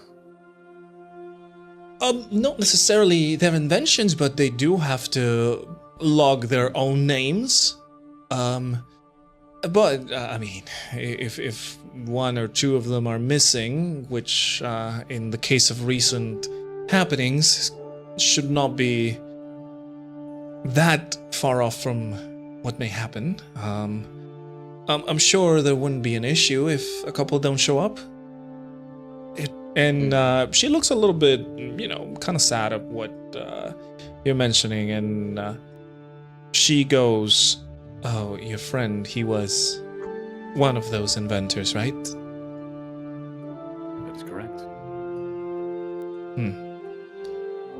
I'm very sorry, but if you're afraid about his work being stolen, I can guarantee you if he doesn't have the possibility to bring it in, then it will not be shown. That was my worry. I never really paid attention to the fair even when I was younger. More important things on my mind. I understand. And It's and one more thing. Mhm. Rin, do you remember the man in the plain dagger who was there the same night that Kipper encountered you and lost 4 gold? You mean that willingly gave 4 gold? Still a net loss. I still understand economics. Rin laughs and Rin sighs and goes, which I have back in 50. Yeah. I have given back in 50, yeah. He has a cousin I've been looking for who might be participating in the Inventors Fair. I don't suppose either of you would know their name or their entry. And Borealis kind of pipes up from that and goes, "Oh, well, it just so happens that well, me and my sister are going to be part of the judges, of course, as in every year, all of the noble houses are part of the jury of these inventions. So I may be able to take a look at the lists and maybe check out if your friend's cousin is there." That is correct. Well, that would be of great help. Well, thank you both. I don't wish to keep you anymore, but I can rest a little easier knowing all of this. Oh, no, I am the one who should be thankful. Without your help in all of this endeavor, I would never have gotten any sort of cure for this. Of course, Rin would be working alone, and it could be very dangerous for her. And, you have helped this city more than I can say for others. And for that, I'm very thankful. You see her nod a little bit, kind of like not wanting to say it, but she does agree with you. And she gives you a bow of her head, like, you know, in respect. Even though, obviously, she had mentioned that all the formalities were out with her.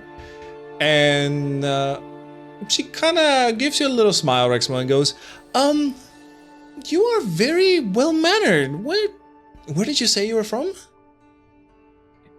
Oh, I'm from the, well, I suppose you would probably know of it. I haven't met anyone who's recognized it yet, but we're quite well known for our scholarly pursuits. Seas Marrow over to the east, like even further east than here in Port Strail. Further to I the studied east. at the temple and academy over there.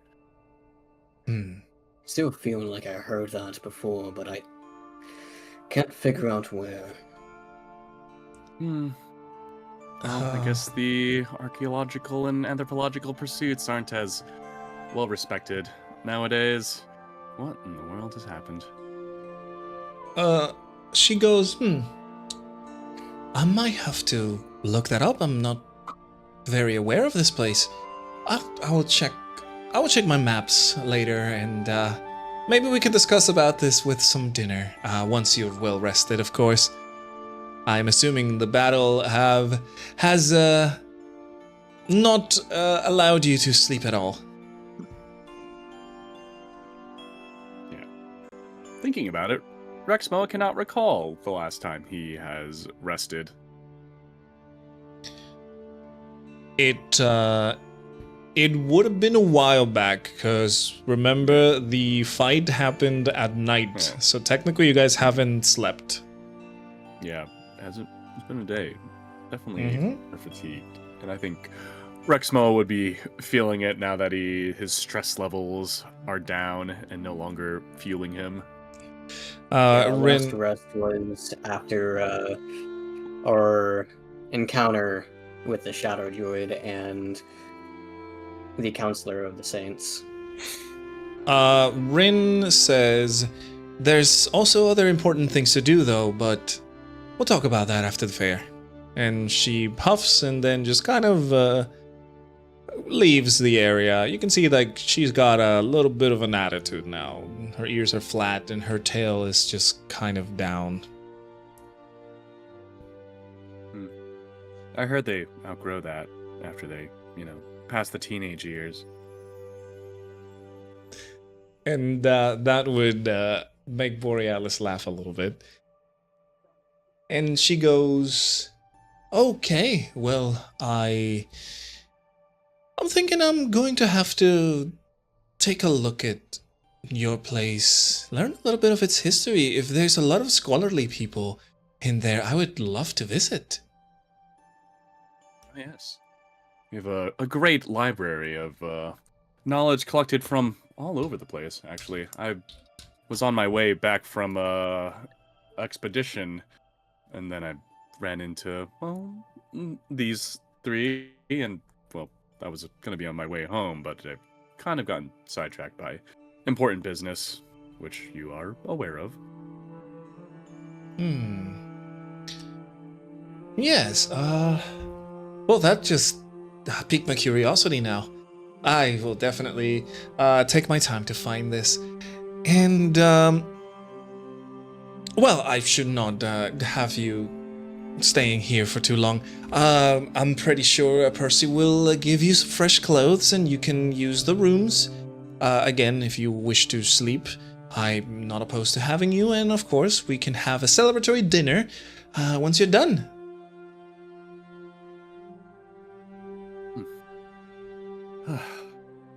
Thank you. And Rexmoa will, I guess, step towards Percy and be guided to wherever we're going. Yeah, you can see, Percy has already left a little bit ago, and Galarian followed after that. And, but you guys are kind of already know a little bit of the layout of the house. Yeah, it's still a big manor and everything, but you're able to find where your rooms are, all of you. Remember, is there anyone in the courtyard area? Is there the sound of happy, educated children coming from the courtyard or any of the rooms? Yes, as a matter of fact, yes, they are. You can see how the kids are still over at the courtyard. You can see there are robots taking care of them, and they're having a fun time. You can tell that these kids have not had a lot of enjoyment of fun since, being in this courtyard that has nothing of resembling a playground. They are happy and they're enjoying it, They're all having their own fun, running around, doing things. The robots are obviously having heart attacks as a kid falls down and they try to pick him up and, But you can see that the robots are also doing a pretty good job in taking care of them. I wonder if Serena's still hiding behind that tree. She always was so shy. Kipper just lifts his arms out. He's like, "Scout, where are you, you rascal?" Kipper's in this room, I'm assuming. I zoned out. Yeah. You guys are over there. As you guys are whirling around, you can see the robots just kind of call for the attention of the kids for all of them to say hi to you, and they just kind of say hi, but they continue doing their own thing as you're running around. They're playing. They're enjoying their. Except for Scout, because Kipper's actively chasing him right now. Because we're playing tag. Kipper decides to. Over 24 hours, Kipper. Listen, there's he needs joy. Yeah, he's getting joy. He needs joy. He's got 12 other friends to play with now. For Ambrose, before I head to my room, I am going to, actually go to the courtyard too, because it's kind of where I have to head. But I was going to go specifically to Viren's gravestone. Mm-hmm. Yeah, got kids jumping all over you. And I'm just going to sit in front of it for a bit and just kind of recount what happened the previous night to myself. Somewhat aloud, but, kind of whispering under my breath. Mm-hmm. And I'll kind of mention I'm very, very happy that Taurin will be okay, but I regret not being able to help Zaljo.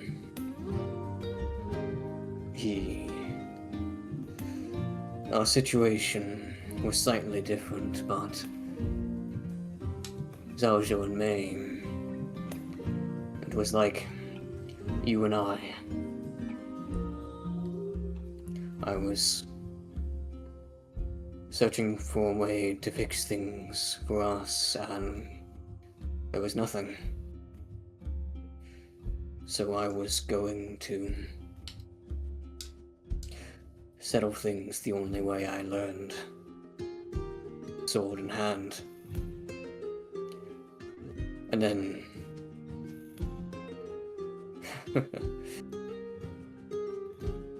I found friends that knew how to make things better. I wanted to do the same for him, but there was nothing this time.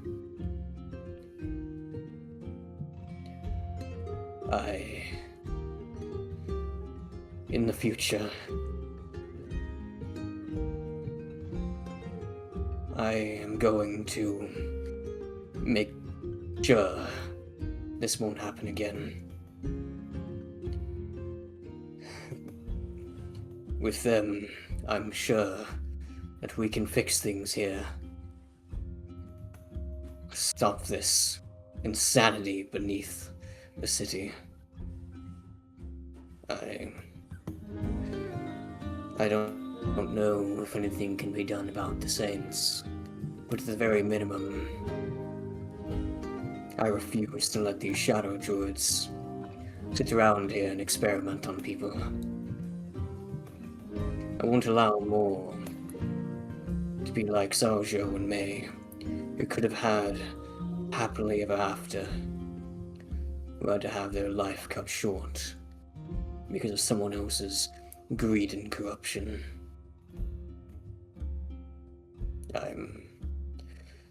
I'm just sorry that I couldn't have fixed things for them.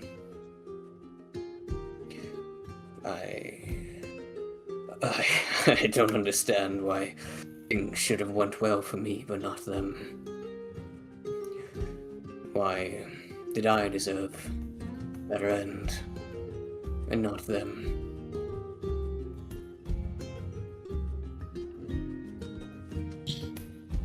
Ambrose, your stone that is on the pommel of your blade flickers a little, kind of in response, but in a way telling you reassuring words. You know, the stone itself doesn't speak, but you can feel what the stone is trying to convey. I know. I shouldn't say things like that. I should use this instead. Push forward. Even if I couldn't save them, there's always another. Another that needs help. Not just here in this godforsaken city, but the others too. I was saved so that I can help others. That's why I have these friends. By them providing for me, I can continue to provide for them. And more. I won't let this hold me back. Not now. Not ever again.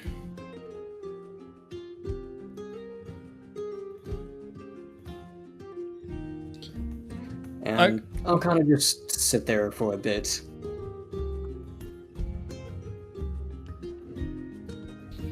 Yeah, again, the stone just kind of slowly flickers in response or in assurance. Eventually, you know, time passes and you are eventually feeling tired. You know, the lack of sleep caught up to you, and you see the rest of your people are going to the rooms as well. Say what decide. Before we go to bed, I want to talk to Taurin. Taurin is out cold, my friend. Not dead, but you know, she is resting. Dang, talk- yeah, but I mean, you can talk to her. You're not gonna get anything back. Correct. That's what you're gonna get. Yeah. okay. Also, yeah, Galarian's there, so Yeah. if you can handle that, you Oh, don't know what's ew. happening behind closed doors. No, I know they're Damn. not. I know they're Ew. not doing it right now. She's too tired. He's probably too tired from spying. She's too tired from being exercised. Pretty Has much. one. True. I'll probably just as I pass. Ah!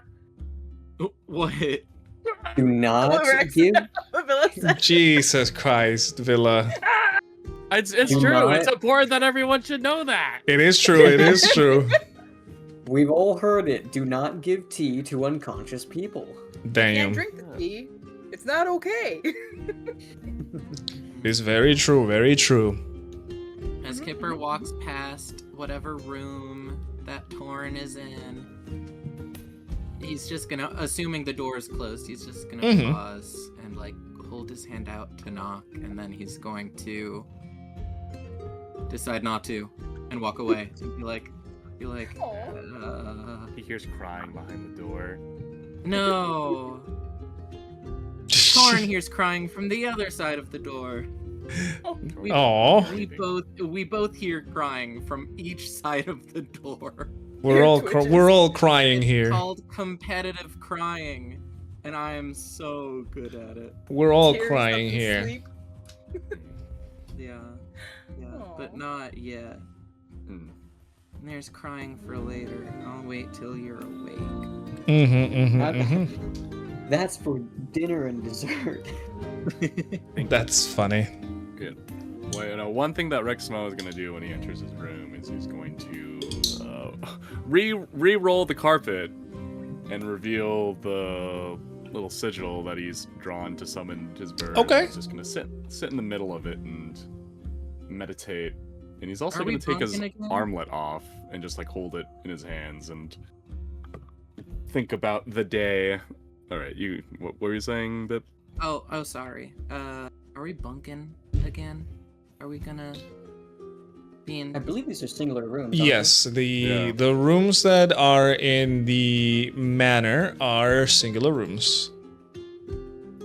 Kipper's Wow. gonna do they? I something. mean, you could totally still invade someone's room. That is true. That is true.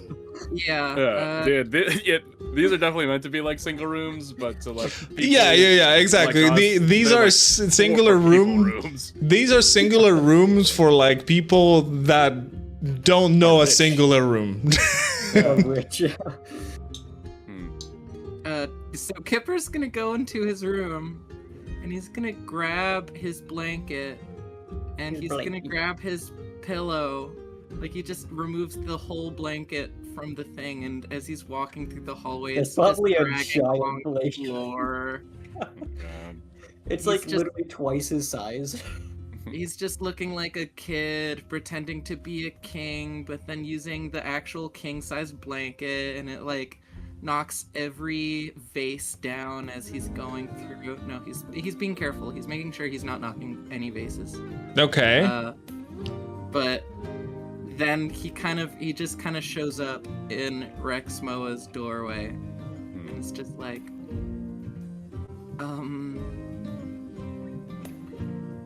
Rex, would it be okay if I slept on the floor in here tonight?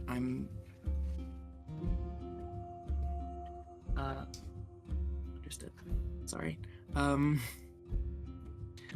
not doing very well as of. I've also it's a bit too big. I don't know if I can really. I'm really into the whole lap of luxury and everything yet. Sorry, I'm just reading what Starfall said. Mm-hmm. And in response, you hear nothing. Me? Yeah, Kipper does not hear anything when he says these words to the door. Are you asleep? The silence continues to linger from beyond the door. Is the door locked? Definitely. Mysterious. Is the door locked? Is the You'll door have to locked? try. Yeah. I'm gonna like wriggling the doorknob. Is it locked? Yeah, it definitely wriggles. It is unlocked. Kipper's just going inside. Kipper was thinking about knocking, but Kipper's like, I'm just going to bed in here. Mhm. Yeah. I'm going to lay on the ground. This is like true what kids do to their dad scenario.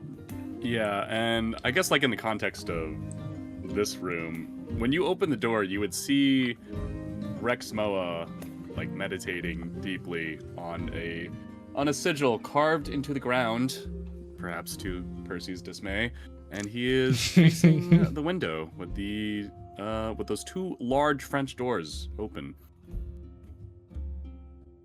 And he's just sitting with his eyes closed, deep in meditation. Sorry to interrupt you. I'm just gonna go over here. Whenever you want to talk, don't mind me. And then like Kipper just curls up in his blanket like caterpillar style right next to the bed. And then puts the pillow on the ground and then just kind of like goes plop. Rexmoa does not respond to any of this. Oh my god. I think a period of time passes, and Kipper hasn't fallen asleep because Kipper's just like... Well, real quick, what's Ambrose doing in his room? Is he doing anything of note? Read the book. Okay. I mean, you can Read that. that. I don't know. At this point, after than we did with the gravestone, because that's really what I wanted to spend a bit of time doing before actually going to bed, I would be sitting down at first and writing some stuff in my journal, but finding myself a bit too tired to really be able to focus on the pages. So I decided to just kind of flop over on the bed, not even bothering to throw the blanket over myself. Kind of just laying there, the sword laying atop me, and then just kind of gently feeling the... I was gonna mention about that actually. I was gonna say gently feeling the vine and flowers that I imagine had freshly blossomed on it.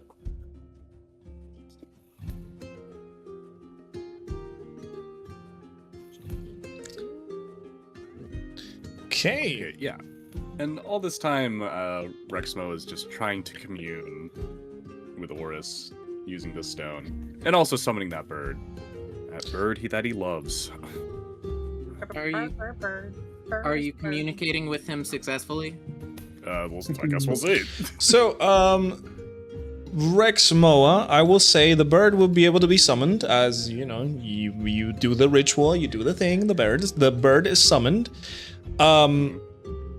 However, as you start to try and communicate with Oris, your meditation becomes deeper and deeper until you would fall asleep into this state of yours.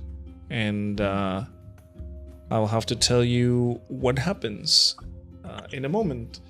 As for poor Kipper, he's just, you're also just kind of like waiting for Rexmoa to like give any signs of, stopping his meditation. That also tiredness is already kicked on you.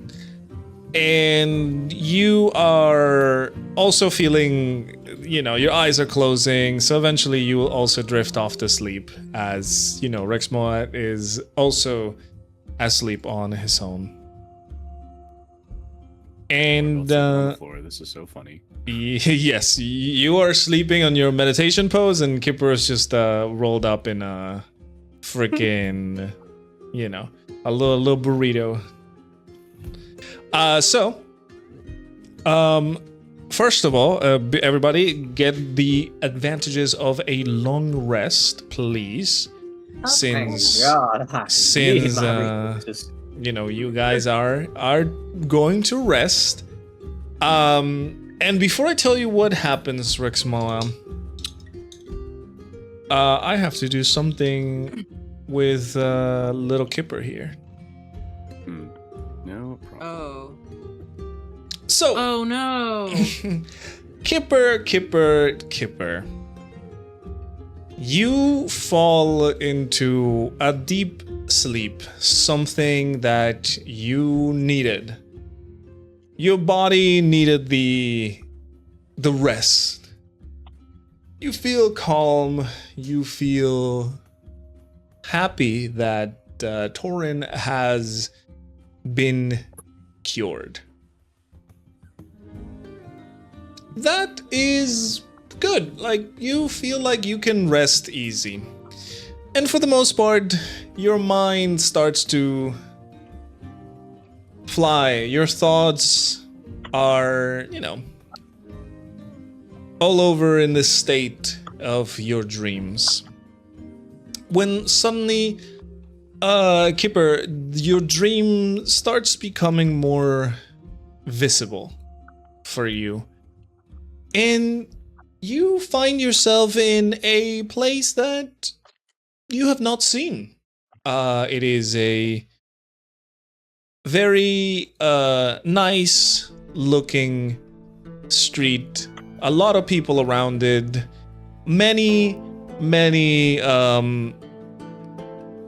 I guess, tents with... As you approach with many things on them. As you approach one of them, you see in your mind, you try to understand it. However, it's kind of hard to know.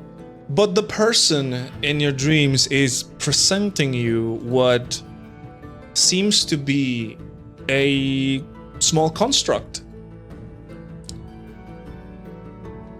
You feel happy. You feel at peace as you're looking around. Your friends Ambrose, Taurin, and Rexmoa are behind you, walking around this new area that you don't really have any recollection of. You've never been here. But if it wasn't obvious enough, Kipper, as you go through more and more of these stalls and little tents where people are showcasing things, you seem to be in the Inventors Fair. Oh. It's something weird. You've never been to this place. You don't even know what it looks like. However, your mind has a very vivid image of what this is. At first, you kind of question it a little bit, but you are in this, calm state that you start to just kind of enjoy it. You're looking around, you see food, you see a bunch of creations, you have some fun. You are, having a fun time walking around, just exploring the multiple stalls and the things that for you are not comprehensible. Not because you don't know what they are, but you cannot see them physically. They are there for the people, but for you it's a blur.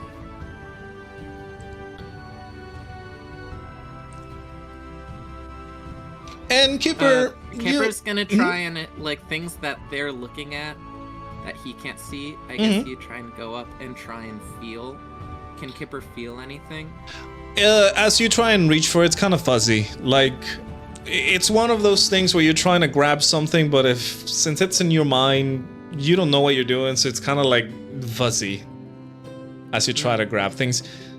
I like to imagine I'm knocking over invisible things and Yeah, maybe that happens a few times. You knock over something and you get yelled at by a person whose face you don't recognize either. Oh, I'm just looking at their face and it's fuzzy. I'm like, oh. Yeah, exactly. Suddenly, Kipper, you start wandering about, and things you start wandering about, and suddenly you look around trying to find your friends, and you see them in the distance as they're also doing their own thing. As you know, think nothing of it, you turn around and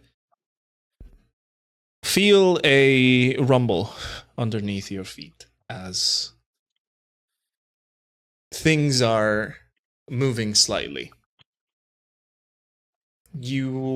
At first you feel like, oh my god, there's been tremors and earthquakes happening around the time, so it's not super uncommon. You know what is going on.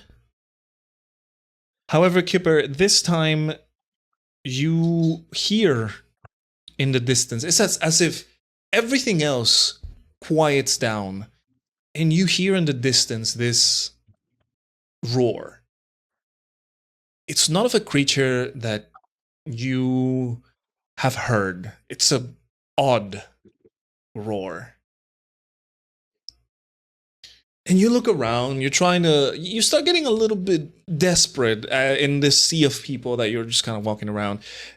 And you're trying to look for your friends. You turn over to see they are in the distance, and you start walking over to them, avoiding people, moving around through the tents and everything until you get closer to them. But something makes your spine have chills. And as you turn around, Kipper,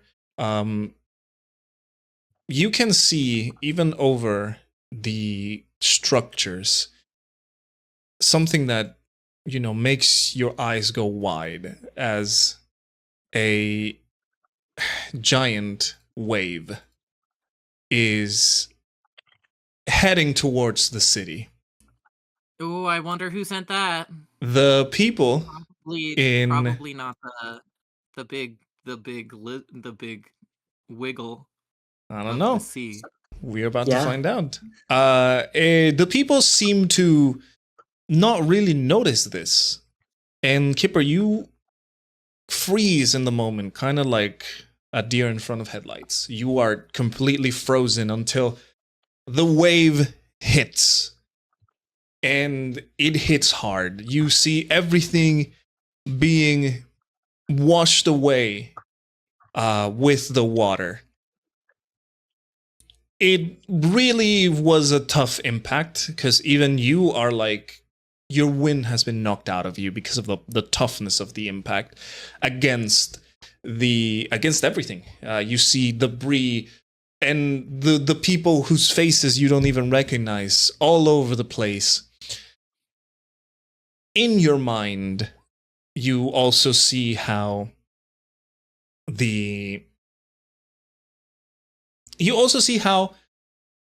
it seems like it fills so much with water that you cannot see the end, even though you were just standing on solid ground.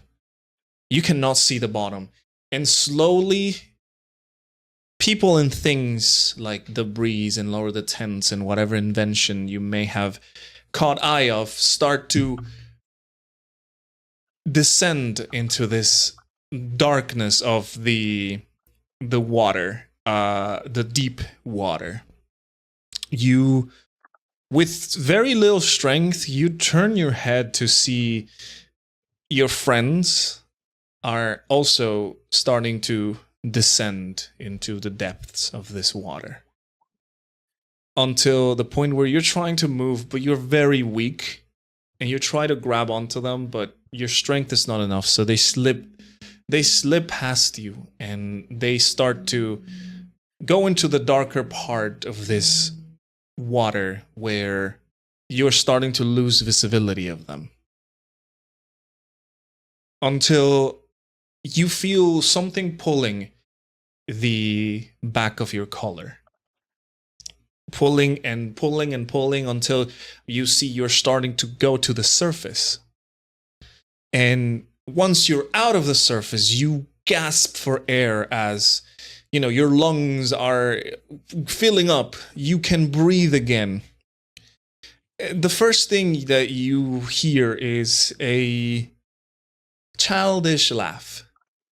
And as you kind of shake your head, you look around and you're in Mistbell. Dang nabbit. You look I'll around. roast Miss Bell. You look around and you see Kipper, one of the guardrails that are used to keep people from falling into the lake in Mistbell has broken down, and you have fallen into the water. And who pulled you up? None other than your friend Fisher. He pulled you up by the collar and just gave you a hand and is pulling you up onto the wooden platforms that make this floating city. You know, you're coughing a little bit and he's like kind of laughing and kind of like, oh my god, you are very clumsy, you fell off. You realize also that this is back in the time where you were younger and Fisher was also younger. This may even be a vague memory of yours that you don't recall. Maybe you did fall off one of these railings and Fisher did grab you and pulled you out. But, you know... Kipper would give him like a pat on the back until he's like, "You're so clumsy," and then he would give him a little shoulder shove. Yeah, but, like, exactly. A playful one. Exactly. You see that, like, he's laughing at your... he's laughing at how you fell, but he's obviously trying to help you, you know, kind of like shaking your clothes a little bit to get all of that water. Obviously just telling you, oh my god, you need to stop doing that. You know, if you climb these things, you're going to fall off. And, you know, I might not be there to grab you all the time. So, you know, you must be very careful. Obviously, he's being very playful about it, you know, pushing you a little bit, like, you know, joking like, oh my god, you know, you fell off, haha, now your clothes are all wet and everything. And Kipper, once you have recovered your breath and are up, you know, you see the Mistbell that you are used to always. The foggy town in the middle of the lake. It's always a little bit bleak, but that's just how Mistbell is, you know? It's a town that lacks color. So as you look over to Fisher, he is smiling, obviously, just kind of, you know, just kind of like looking around. You guys were probably playing or something by the look of things, and you fell and you were rescued. And Fisher looks over to the lake, to the part where you fell. Obviously, you are facing the lake. And Fisher looks over to the part of the lake, and you see his smile disappear for a moment as he just keeps staring over towards the lake.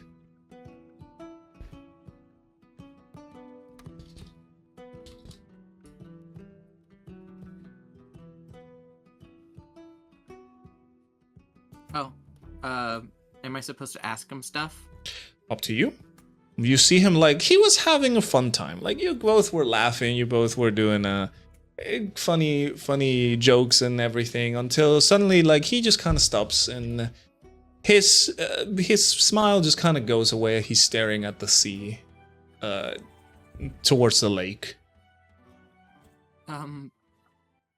Fisher, is everything okay? Something catch your mind? Fisher, He's just thinking he's zoning out again. Fisher suddenly like looks down over, looks down to himself, then extends a hand, you know, facing down, not to grab your hand, Kipper. It is a different motion. Until he slowly flips his hand over. And you see floating above his hand a red fiery crystal.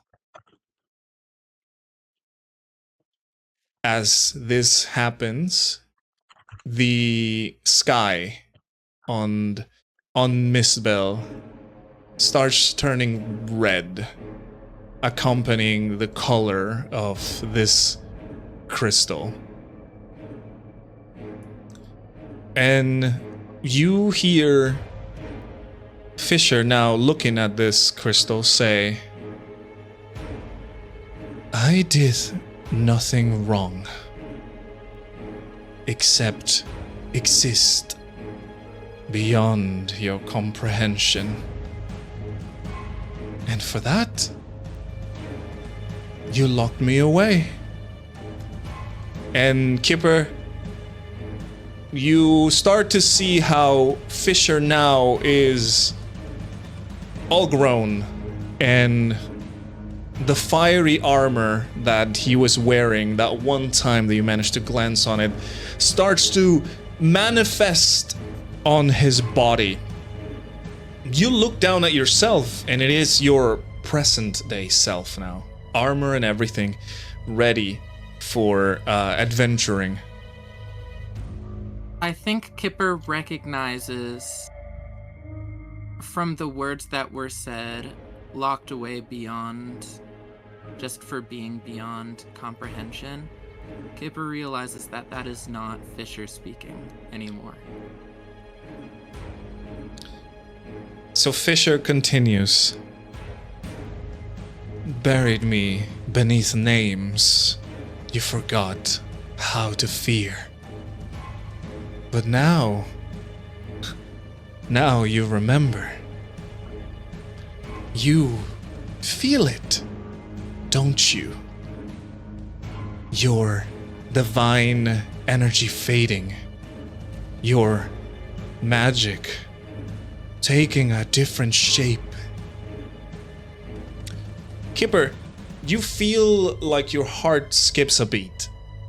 And you look around and you see in the distance in Mistbell, you see the rest of your friends, Taurin, Rexmoa, and Ambrose. And then a sharp pain in your head happens that makes your vision go black entirely. And images of a creature devouring Rexmoa flow through your mind. Is it something I've seen before? You have definitely seen this before. Oh, okay. So it's just a flashback. Mm-hmm. You hear again in your mind, I became the shadows you used to run from. Your vision goes back to the red Mistbell, and you look over at your friends. Your friends are fine, but Mistbell in its entirety is up in flames. You turn over to the lake to see the same 4 orbs in front of both of you now. And then another pain surges through your head. And you see the horrifying image of somebody dying in a pot of a burning liquid. I wonder why that happened. You know, this shouldn't be funny, but it just makes me laugh. He says, All messed up. I became the shadows you used to run from. And you feel the sharp pain coming back again, making you go back to the flaming Mistbell. This time you look over, your friends themselves are on fire, but they don't seem to be reacting to it. And the pain comes back again, another flash as the words continue in your mind, he goes, the sadness that used to eat your soul. You see an image of your friend from childhood being carried away, covered in a blanket as you are helpless. I think I've seen enough. And the voice continues, and the hope that you still hold on to so dearly. And another flash, another image of a person kneeling down, head down. Kipper, your hand approaches this person, and suddenly a flash of light, and the person lies dead on the ground. You wanted the power to heal. I gave it to you. But the scales can be tipped in your favor forever. Kipper, your mind, you feel like your brain itself is kind of struggling, it's kind of squishing itself, it hurts your head, and you see images of the Titans roaming the earth as chaos is happening all over the place. The voice continues once more, and it says, I'm not here for revenge. I am here to unmake, to peel the lie from reality and open your eyes. And once the words stop, your brain again feels like it's being squished, and another image of the Titans fighting each other. But this time, the Titans start to fall as the fighting has turned deadly. The words emerge again. So, when you have run out of all resorts, the voice stops, and another image showing the same Titans, and this time they're not fighting, but just peacefully walking their own ways. No chaos, no nothing. And suddenly your eyes come back to this red, flaming mistbell. You look around and see everything is being consumed by this flame. You look at Fisher, who is still in the same position, holding the red crystal. And you turn over to the 4 orbs. But to your surprise, Kipper, no longer do you see 4 orbs. In fact, you can see it from the water. Legs. You look up, fangs, and you stare at the 4 orbs that have always been observing you. 4 fiery eyes as Catsius, the Titan of Fire, is looking straight at you. And he says, Kipper.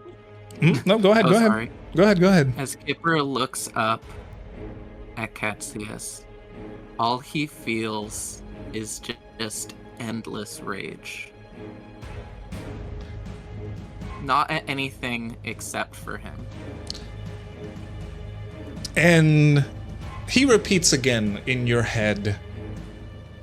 So, when you have run out of all resorts, remember. And as he says this word, the fire completely extinguishes from Mistbell, and it seems as if nothing have happened. The red glow continues though, and Fisher is now gone. the red crystal just floating in front of you and next to him. And a whisper in your head says, remember that I have already given you the solution. And with a snap, everything goes black, Kipper. And you would wake up. Dang, Nabbit, I had questions.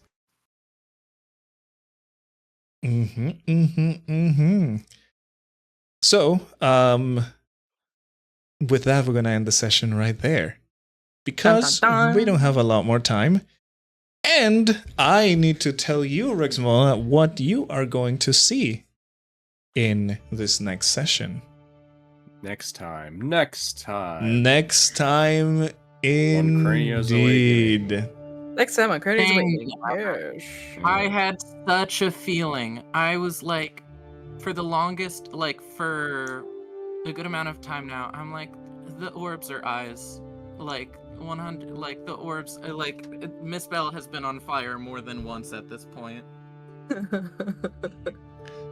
Yeah. Yider.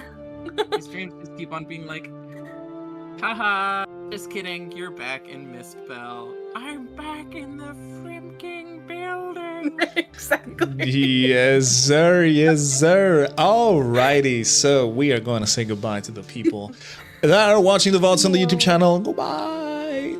Bye, VOD Squad. Good morning. Bye.